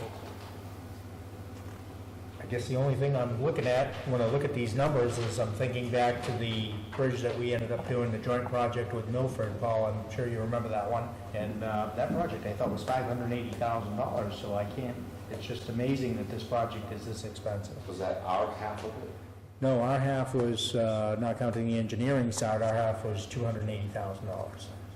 Not familiar with, I wasn't, it was done I think the before 10 total, years. yeah, I think the total project was 560. Yeah, you're right, it was a few years back, I just, you know, I mean, all of the numbers, it's just very expensive for that bridge. That, It is considerably wider. The new one is, you're looking at a 17-foot bridge, and the new bridge will accommodate a 22-foot wide road, which meets ASHTO regulations. So the bridge is 23, 24 feet wide. I think this bridge has more work being done to it, too. I don't think they've replaced all the... There's considerable wing walls for maintaining the culvert, the way, the box culvert the way it is, which would require a lot more grading and some easements from neighbors. I don't know how in-depth the Fisk Mill got, but I can tell you that it's a small bridge, but it's a considerable project. It really is. And I have done bridges in the past. now, the Fisk Mill Bridge, they just closed the road down. They diverted the traffic, so I don't think there was any police detail there. Would this road be closed? And if it's closed, I see the police detail money of $10,000 in there? Right. And it's always hopeful that we can, when we look at our contingency, it's always hopeful we don't need it. When we look at the police detail, we're always hopeful we won't need all that money. But depending on the contractor that we get after we bid it, and how he plans to take approach to complete this project, has a lot to say in how much of that we're going to need. So when the engineers put it together, they look at it as you're going to have construction for an entire construction season. At times, the road will be maintained open. And then other times, even when the road's closed, it's a very, you're familiar with the area, it's a very small little intersection. There's going to be some large apparatus, including cranes, coming down there to set these preformed three-wing, it's a three-sided culvert. And you're going to, just not just Fowler Street itself, but Mechanic Street, it's going to have some issues with traffic. And you got the corner right there, I can see you're going to need police details out there quite a bit while work's being done, and trucks are coming in and out of there to keep that intersection safe, even if the road gets closed during some of the process. Yeah, I would think it would have to be closed, right, once they tear up that asphalt. I don't imagine anybody's going to be able to pass over. Steve, the Fisk Mill Road one, Milford was the lead on that, and we just got in line when they told us to. Right. We paid for half, they paid for half. And the project was not started until the day after school ended in Milford, because the Milford school buses come down from White Room Road, East Street, and then turn around and go down Fisk Mill Road. It had to be done before school opened, so and there was no police involved in that. Right. Because you could come down Pond Street and go the other way. Yeah, that's why I question it, I use that road quite often, so when I go through there, I notice it was closed, you know, I could keep an eye on the project. Because the project had to be done while, couldn't start till school closed, and it had to be done when school opened. First time I heard that. Yeah, so this all seems reasonable to you from your expert perspective. I don't want to sound like a broken record, but I don't know anything about building bridges. At least not literal bridges. The last one I did of this size was in Webster. We did the Bigelow Road Bridge. And I recall that that was around this size, although we had more dewatering, which we had to take care of while we were doing it. And that was over $500,000 back in 2005 we did that? Yeah. 2006? Yeah. So these prices don't seem out of shape to me. Okay. Plus, there's an added benefit, you're extending the water main and fixing some issues with some services to the people's houses, so. But we're paying for that. I mean, there's 3 spaghetti lines that go underneath that brook right now that feed those homes. And there's no way to account for that water. There's no way for me to tell you that I don't have a leak or that our system's not being compromised. And if one of those lines were leaking and we had a reverse draw on our system, it would pull that brook into our entire distribution system, and we'd have to we'd have a boil on it immediately. We'd have to shut a lot of stuff down and notify the DEP. So while, we do something this large and replace a bridge, it's for a long time. Right. So once we get this bridge replaced, the last thing we want to do is talk about putting a water main across it years down the road. While it's going to be open and all the work's there, it only makes sense to address that problem of those 3 spaghetti lines. Take an 8-inch main across the bridge and put it to a hydrant. It takes care of that problem, and future development now can tie into it. And we're taking the money out of retained earnings in the enterprise. So it's not having an effect on the tax rate. It's not having an effect. That $122,000 doesn't affect the taxpayer. Doesn't affect the water user either. It's coming out of retained earnings. I know you sent myself and an interested citizen a very detailed explanation of what's going on with the Fowler Street Bridge and the fundamental question of why do we need to replace it. So why do we need to replace it in the first place? I think that's a very good question. It was probably years ago that was a decision that was made. So do you mind just quickly sort of giving people an overview of why we're replacing the bridge in the first place? So yes, I sent the town manager an explanation on right up until, going back to when this was originally discussed, and it was discussed out of a necessity. At that time, the town had to apply for the grant, and to apply for that grant, you had to meet strict criteria. You had to have a bridge that fell underneath your authorization. It had to qualify for state funding by way of deterioration to the point where, in this particular instance, that bridge already has a weight rating done on it. It falls underneath the MassDOT annual bridge team goes out there and does some inspections. So our last inspection was January of 2019, and it failed on most of its structural, its beam, its guardrail, where I wish I had brought the pictures for you, because pictures are worth 1,000 words, they really are. But you could see in detail that if the town decided to do nothing with this bridge, it would not be long down the road before MassDOT tells you, put the Jersey barriers up, you can't go across the bridge anymore. Without a doubt. The bridge is going to come to that point. I don't think it's that far away. I think the big concern at the time was how narrow the bridge was, so we are picking up quite a bit of width there. And I see most of their report listed deficiencies as severe and requiring attention ASAP and prioritized. So when you start seeing things like that show up, and there's red flags all over their reports, I think they are expecting us to, I'm sure they're aware that we have been awarded the grant and that we're taking action to replace that bridge. I'm sure. You said MassDOT came out. Did they do all the bridges in town or just that one bridge? They do all the bridges that fall beneath their authority for weight restriction. And they did them all in January in town? No, they do them at different times during the year. But yeah, we have them all, I have reports on all of them. Do we see any other bridges coming up in the near No. future? Fisk was the last one that received some pretty poor ratings. Any other questions, sir? No, thank you, Mr. Chairman. You all good? I'm all set. Okay. Thank you, Mr. Westgate.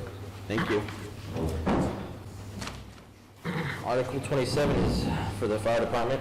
This is, is this going to be free cash or raise and appropriate? Not sure. It's going to be, it's for $10,000 for portable radios. And this, we'll only have to spend this as if they get the grant, if I'm correct. You're part of a grant, or did you receive the grant? No, we have not received anything. The purpose of the article was to start a replacement program for the portable and mobile radio equipment that we have now. I was able to write a regional grant with Town Mendon, because we were both in the same predicament of having equipment that is no longer manufactured, no longer serviceable, and we're not going to go get parts. So, together with Mendon, I wrote a grant article for just our half of that particular grant request was for over $258,000. That would replace every mobile radio and put portable radios to the AFG standard, which is one for every seated firefighter position on apparatus. That replaces everything. Obviously, that's way too much money for us to tackle. So the thought was, if I'm successful with the article, with the grant request, just the portable radio request from the grant was just over $197,000. 5% of that is around $9,800. So if I am successful with the grant, then this $10,000 could go towards that. I'd have to offset the mobiles. If we're successful, the mobiles I'd have to come up with out of the budget, which would be another $3,000 ballpark in our 5% share. Because the mobiles out of that grant for us was just over $61,000. So the 61,000 plus the 197,540 brings you to the... $258,36. Okay. Correct. That was a total grant request for Upton. Now Mendon, and I don't have Mendon's numbers in front of me, but Mendon had, again, a six-figure number to replace all of their equipment. So this is quite a hefty grant request between the two communities.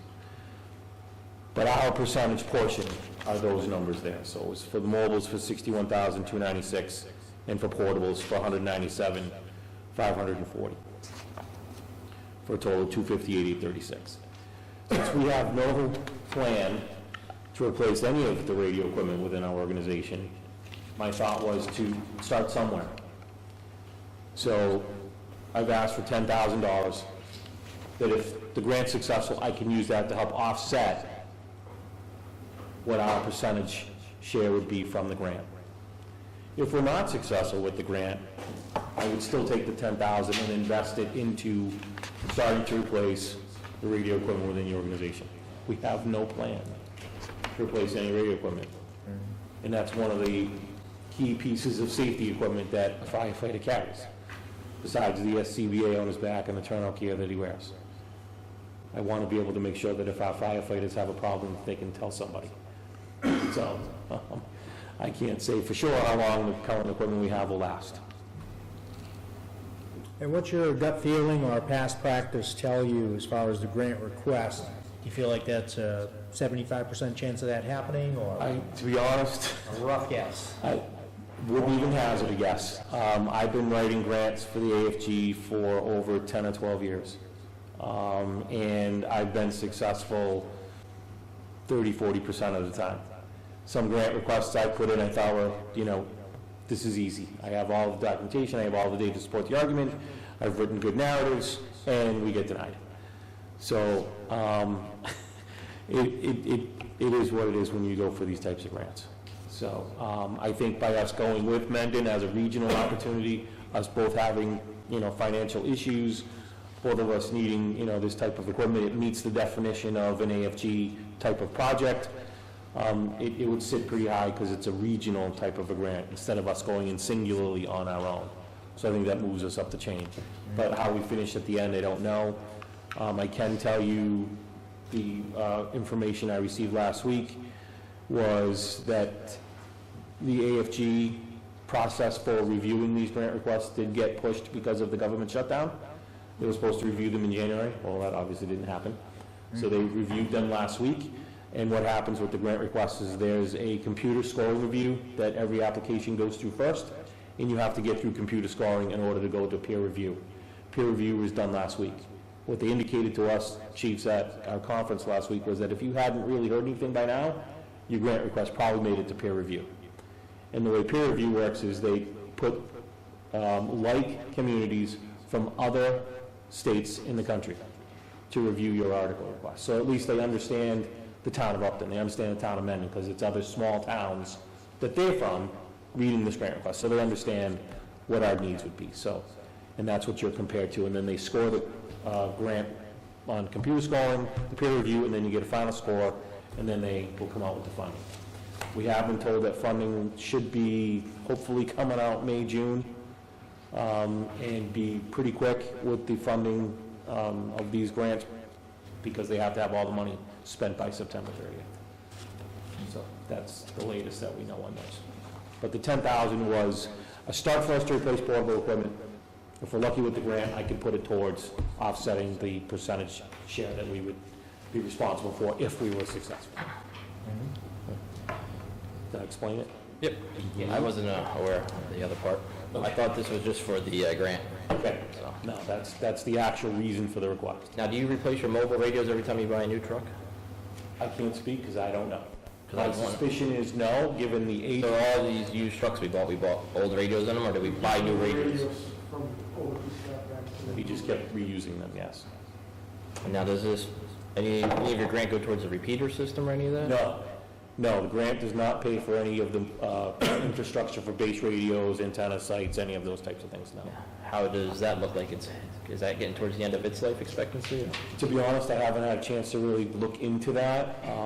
My limited conversations with some retired folks was it's in pretty good shape, and we should be okay for a number of years, but I certainly want to put my own eyes on it and put some dates to the equipment so that we'll have a good concept of what we're doing going forward. Again, like the chairman of the capital committee said, we need to have a long-term plan so that you folks have the ability to plan financially how you want to keep going forward, because all of these things are going to need to be replaced and continue to be needed by emergency services, so.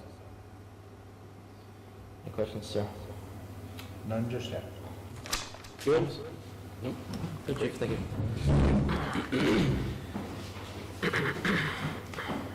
So, Article 28 was withdrawn. Article 29 is for $10,000. It's for the Technology Committee. Would you like to speak on that? For it's the IT server. It's just for software, right there? The Tech 28. Article 29? 29. Kelly, do you want to speak to the IT request for $10,000, Article 29? So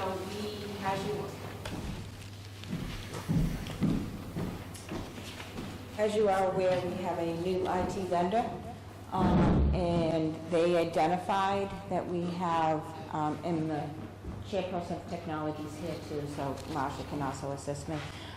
They've identified that we have at least 41 computers that have Windows 7, and Windows 7 software will no longer be supported as of 2019. 2020, beginning of 2020.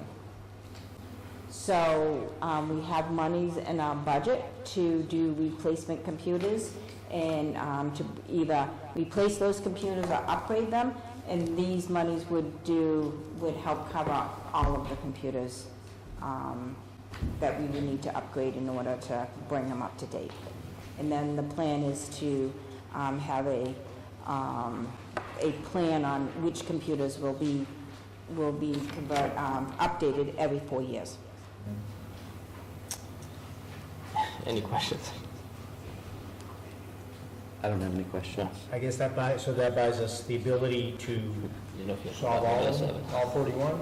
It should solve most of them, yes. If we're not replacing them, then we'll be upgrading the software accordingly. So it'll buy enough licenses or enough software to take care of the issue. Exactly. Okay. I have no questions, if you guys don't. Okay with that? Nope, Yep. good. Thank you.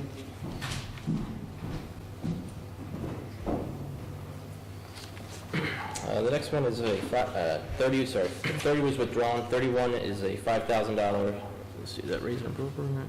Would actually be from free cash to work with an architect for a municipal community center feasibility committee.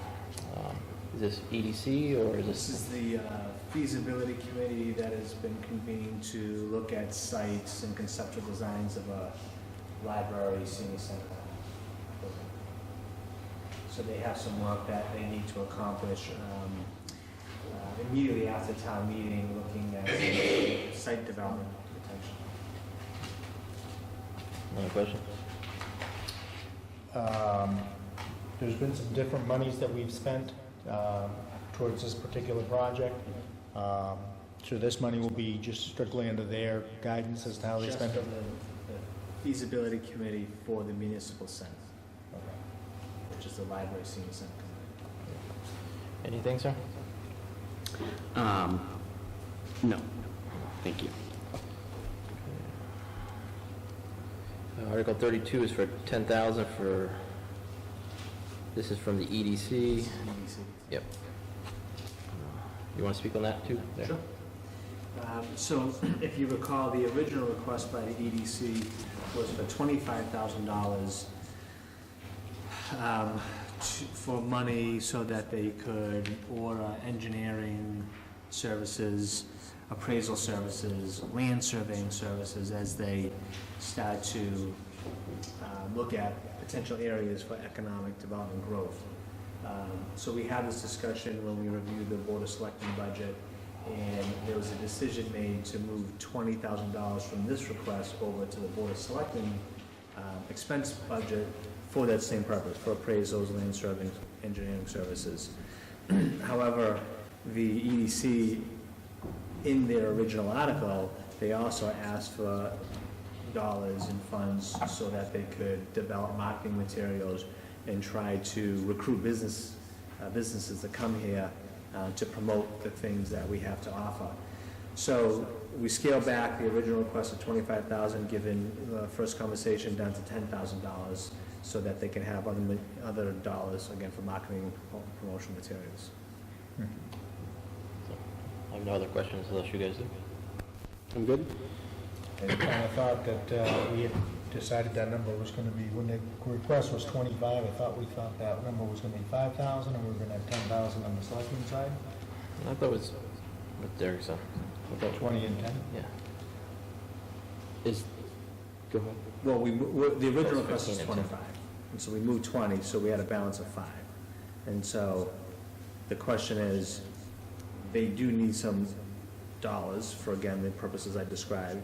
So 10,000 would be more appropriate, but if you feel that 5,000 to get them going is enough, then that's fine too. Now remember, this is They article. could always come back to us and ask for, And it's article money too, so if they don't use all $10,000 in the first year, it'll carry over to the next year. So maybe if they use 5,000 in FY '20, they'll be back next year. If they only use 5,000 in FY '20 of a $10,000 article, they won't have to come back for a second year.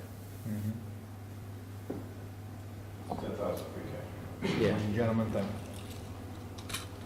our original concerns were, we wanted to make sure that we kind of had an eye on how that money was going to be Right. spent. So Right. We already cut it I in half, guess the so. question is, are you comfortable just letting them go with that? and the money that we put into the expense account or that sort of reserve account for the selectmen is 25 or 20? 25 total.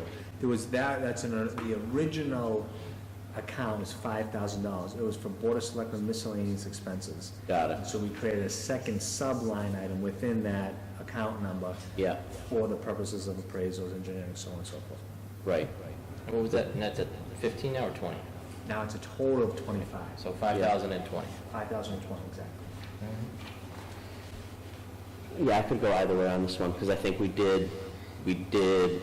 did they come back and ask for the 10 when we told them that we were cutting it to 5? or- I briefed them at a follow-up EDC meeting Okay, and told them what had transpired in the conversation. okay, and they said, hey, can we try to make it for 10 instead of the 25? Okay, yeah, okay. See, and then just that, clarifying something, as we look backwards in the program, we discussed the discharge article. Right. If we did have that 20,000 in our particular budget, there's a situation we could have used it to have that survey done, and have that Good particular point. deed, Yep, that would have already been done, Yeah. instead of going to town meeting. Yeah. So that would have been just kind of I know it's a substantial amount of money, but a housekeeping item. So Housekeeping, we yeah. accepted the property, but, we do still need to do the deed work and the That's recording right. of the deed and the survey. So Yeah. we could have done that under regular business. yeah, So that's, again, one of the reasons I kind of liked. yeah, it's a good And example. it keeps us in the loop and us in the know, but it's up to you, gentlemen. I don't want to always be the heavy, I guess. Chairman, Finance Committee want $10,000 for cash Yeah. for that. And so this is coming out of free cash, so this isn't, Yes. okay. As most of these articles are, but just to clarify.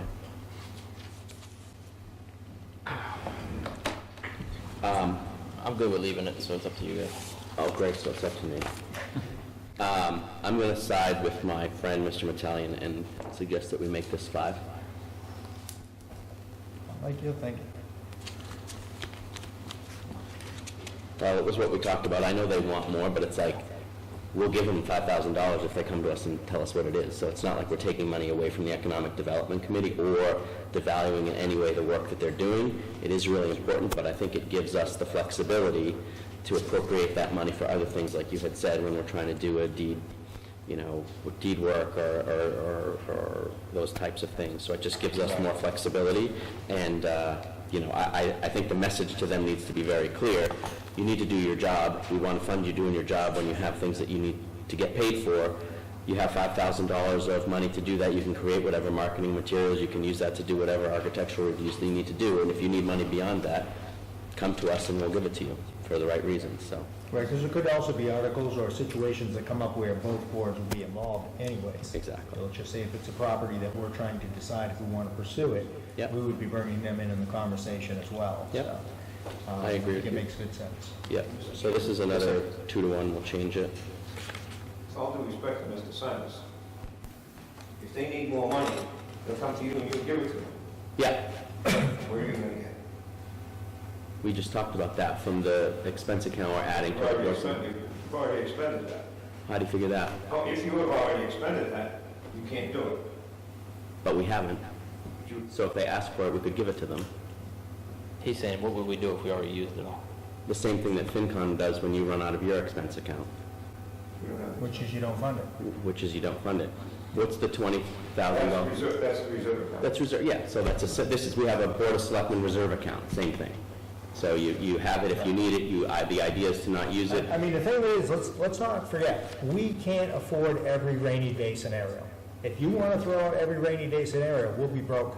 I know I'll be living in the street, I can speak for myself, This is so. $10,000, sir. I understand that. Which is not going to affect the tax rate. This It is a free doesn't. cash It transfer. doesn't matter.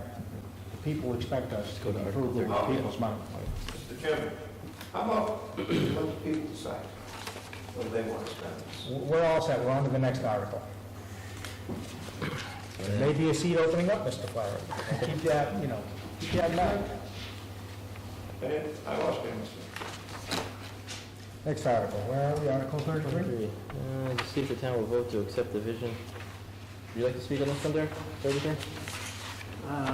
Sure. So as you know, the Economic Development Committee has hired a consultant to take the community through a public and open, transparent process to help town meeting decide what they want to see come out of a revitalized downtown. And so they've held multiple meetings. They're going to hold a big public forum on March 23rd for 5 hours to go through a bunch of charrettes to decide what those services and what the infrastructure will look like. And so at the end of all that, they would like to bring one option to town meeting, and they are requesting that town meeting hopefully adopt that vision so that the EDC and the Board of Selectmen and others can move forward and try to implement that vision. Okay. You guys any questions on that one?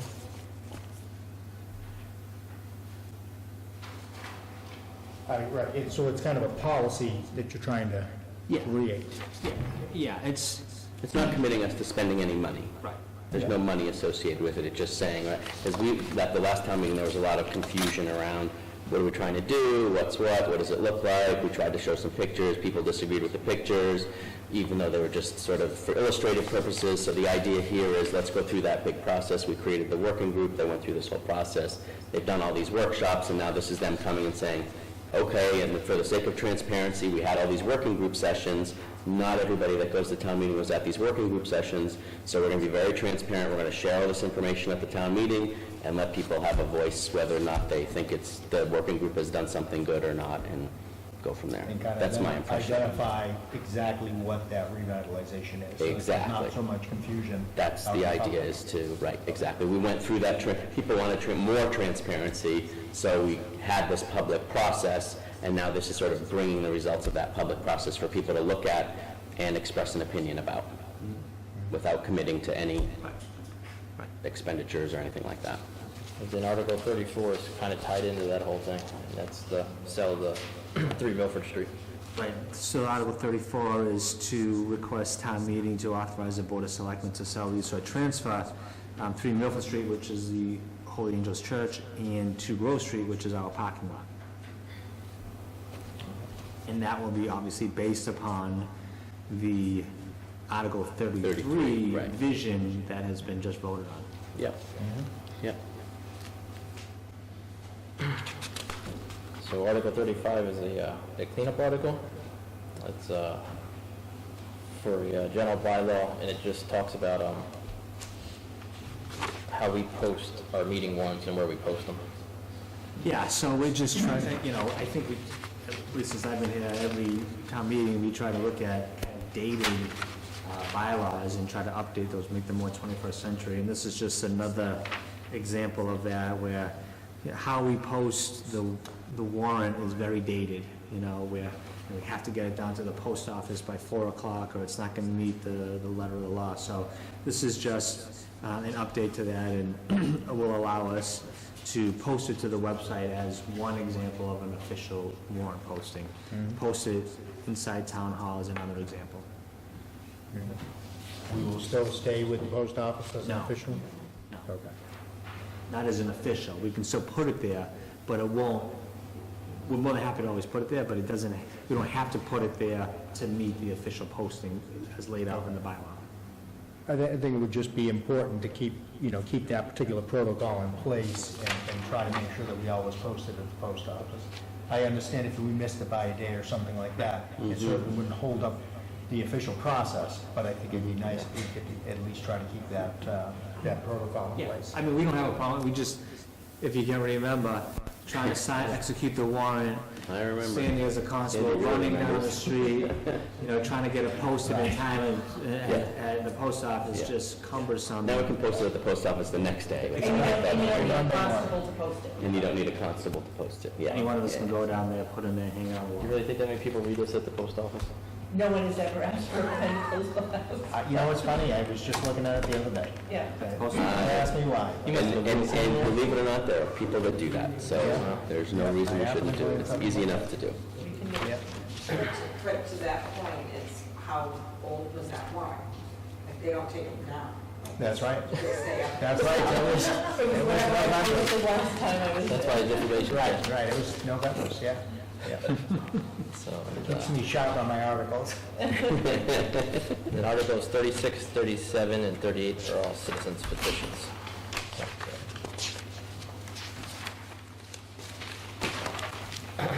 Okay. So you want to make a motion there, Steve? For all the articles but 17, 19? I went through and noted the ones that we wanted to have separate votes on, So you maybe should make the warrant. but if you have the same thing, then you should do it. I had not done that yet, so if you were ready, Okay. you have that. Right, with this book. Yeah. I have it here, I think, so.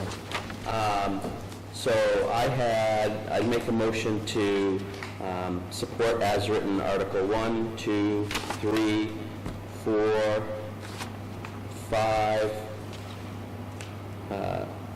not 7, because that was the $200,000 from stabilization. Right, so you So should be we'll 1 hope- through 6. No, 1 6 through is withdrawn. 6 was withdrawn.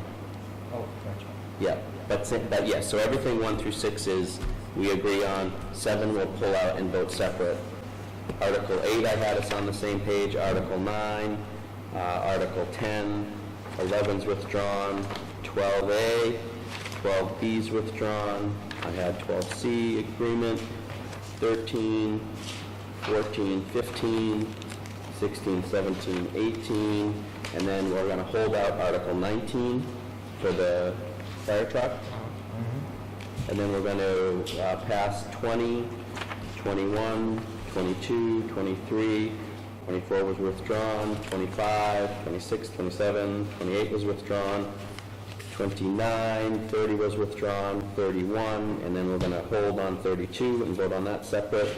And then 33 is a yes, 34, 35, and then the rest are citizens petitions. So with the exception of those 3 articles, I make a motion that we accept the warrant as written. Second the motion. That's unanimous action. So then I think the first one we have is the Article Article 7. So with Article 7, I will make a motion to support the article with changing the $900,000 to $200,000 to be moved into the stabilization fund. And I'll second that. I am a no. So that's a majority action. Number 19. Is it 19? Yeah, okay. And then on Article 19, I make a motion to accept the article as written for the purchase of the pumper or the rescue pumper truck. I'll second that. I am a no. So it's a majority action again. And on Article 32, I make a motion that we amend the amount down from $10,000 to $5,000. You get a second that. Second motion? And that's a majority action.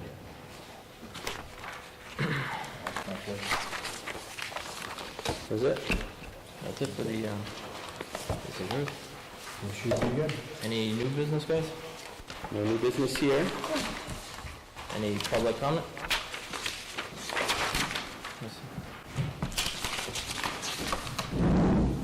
Do you have any new business you want to make? No, I was going to go on public comment. Hi, I'm Shelley Antonelli, 148 South Street. I would just like to request that when communications have been made to the board, that the board could reply. There have been at least 3 instances where I've sent emails and contacted the board and have not received replies, so. I saw a reply. I know Mr. Simus replied to all of them. There are several issues. So I have never received any response to the issues regarding the Recreation Committee that you said you would get answers from me to. So that's one issue. I know it was long ago, but... Yeah, well, resend it to me for sure. I'll figure it out. And actually, I'd asked to be added to tonight's agenda, and I didn't receive any reply on that. And then third, another instance... I didn't see that email. It was part of the same emails. What was it? So it said, So- to facilitate this issue, please consider this a formal request to be added to the agenda. And I received no response to that. Next time, just make sure you, if you email Derek, he'll tell, they kind of draft the warrant, or not the warrant, but the agenda, and then we approve it. So, And then the third instance was the volunteer application to be part of the Board of Trustees. I know that the Library Board of Trustees, I know that the Library Board had opted to take no action, and it was deferred or defaulted to the Board of Selectmen. I spoke to Kelly and said I understood the situation, but I didn't, it just disappeared. So, just requesting. I know that transparency is something that all 3 of you are focusing on, and I appreciate that. And these are small matters, but they're important. Many times if I see an email question and I see another member has addressed it or answered it, a lot of times I don't chime in. So I guess looking forward, somebody else had mentioned that as well, they didn't know if we see the emails. So I think moving forward, at the very least, I probably should at least say, I've read this or I see this. So that you at least know people are seeing the email and reading the email. So, it's something that, like I said, I just assumed where the dialogue was going back and forth. I did not respond. Yes. So moving forward, like I said, I'll have to at least put in there that I see this and I read this. Yeah, from my perspective, I'd say a couple of things. First, it should be every citizen's expectation that when you communicate with any town official in any context, that you get a response, and that you get a timely response. So I would say that in this regard and every other regard that exists, we're here to serve the people and answer the people's questions and address their concerns. So that's something I feel very strongly about, and that's part of why when you sent all those messages, I've tried to reply to them and forward them. So I hope you know at least my intent is to always answer questions and give feedback. But I also think that Yeah, well, sometimes, you know, if- the paper trail is important. Paper trail is certainly part of the town Absolutely. record and. Absolutely. No, I couldn't agree more. And if you feel like there's anything that hasn't been responded to, that's on us to figure out. So we'll definitely figure that out. Please resend me the information about RecCom, and I think I forwarded it to RecCom to address and answer, but if not, we'll certainly do that. You should get responses to whatever the questions are. So please just resend that, because I'm sure I could find it, but it probably is easier for you to resend it. And if there's anything else that comes up, I think you have my cell phone number? I don't think I have your cell, but I don't need it. I think Well, it's 617-275-9916. I've done it before, I'll do it again. I know everybody thinks I'm crazy, I'm not afraid. It's 617-275-9916. That's a pizza shop. You should feel free to, yeah, exactly. Honestly, feel free to call me. Feel free to call me or text me. I know we want sort of an official record of some of these things, but if you point me to an email and say, hey, I sent you this email, it hasn't gotten a response, a text might prompt me, a call might prompt me to make sure that we haven't missed anything, so please do that. Thank you. Lynn?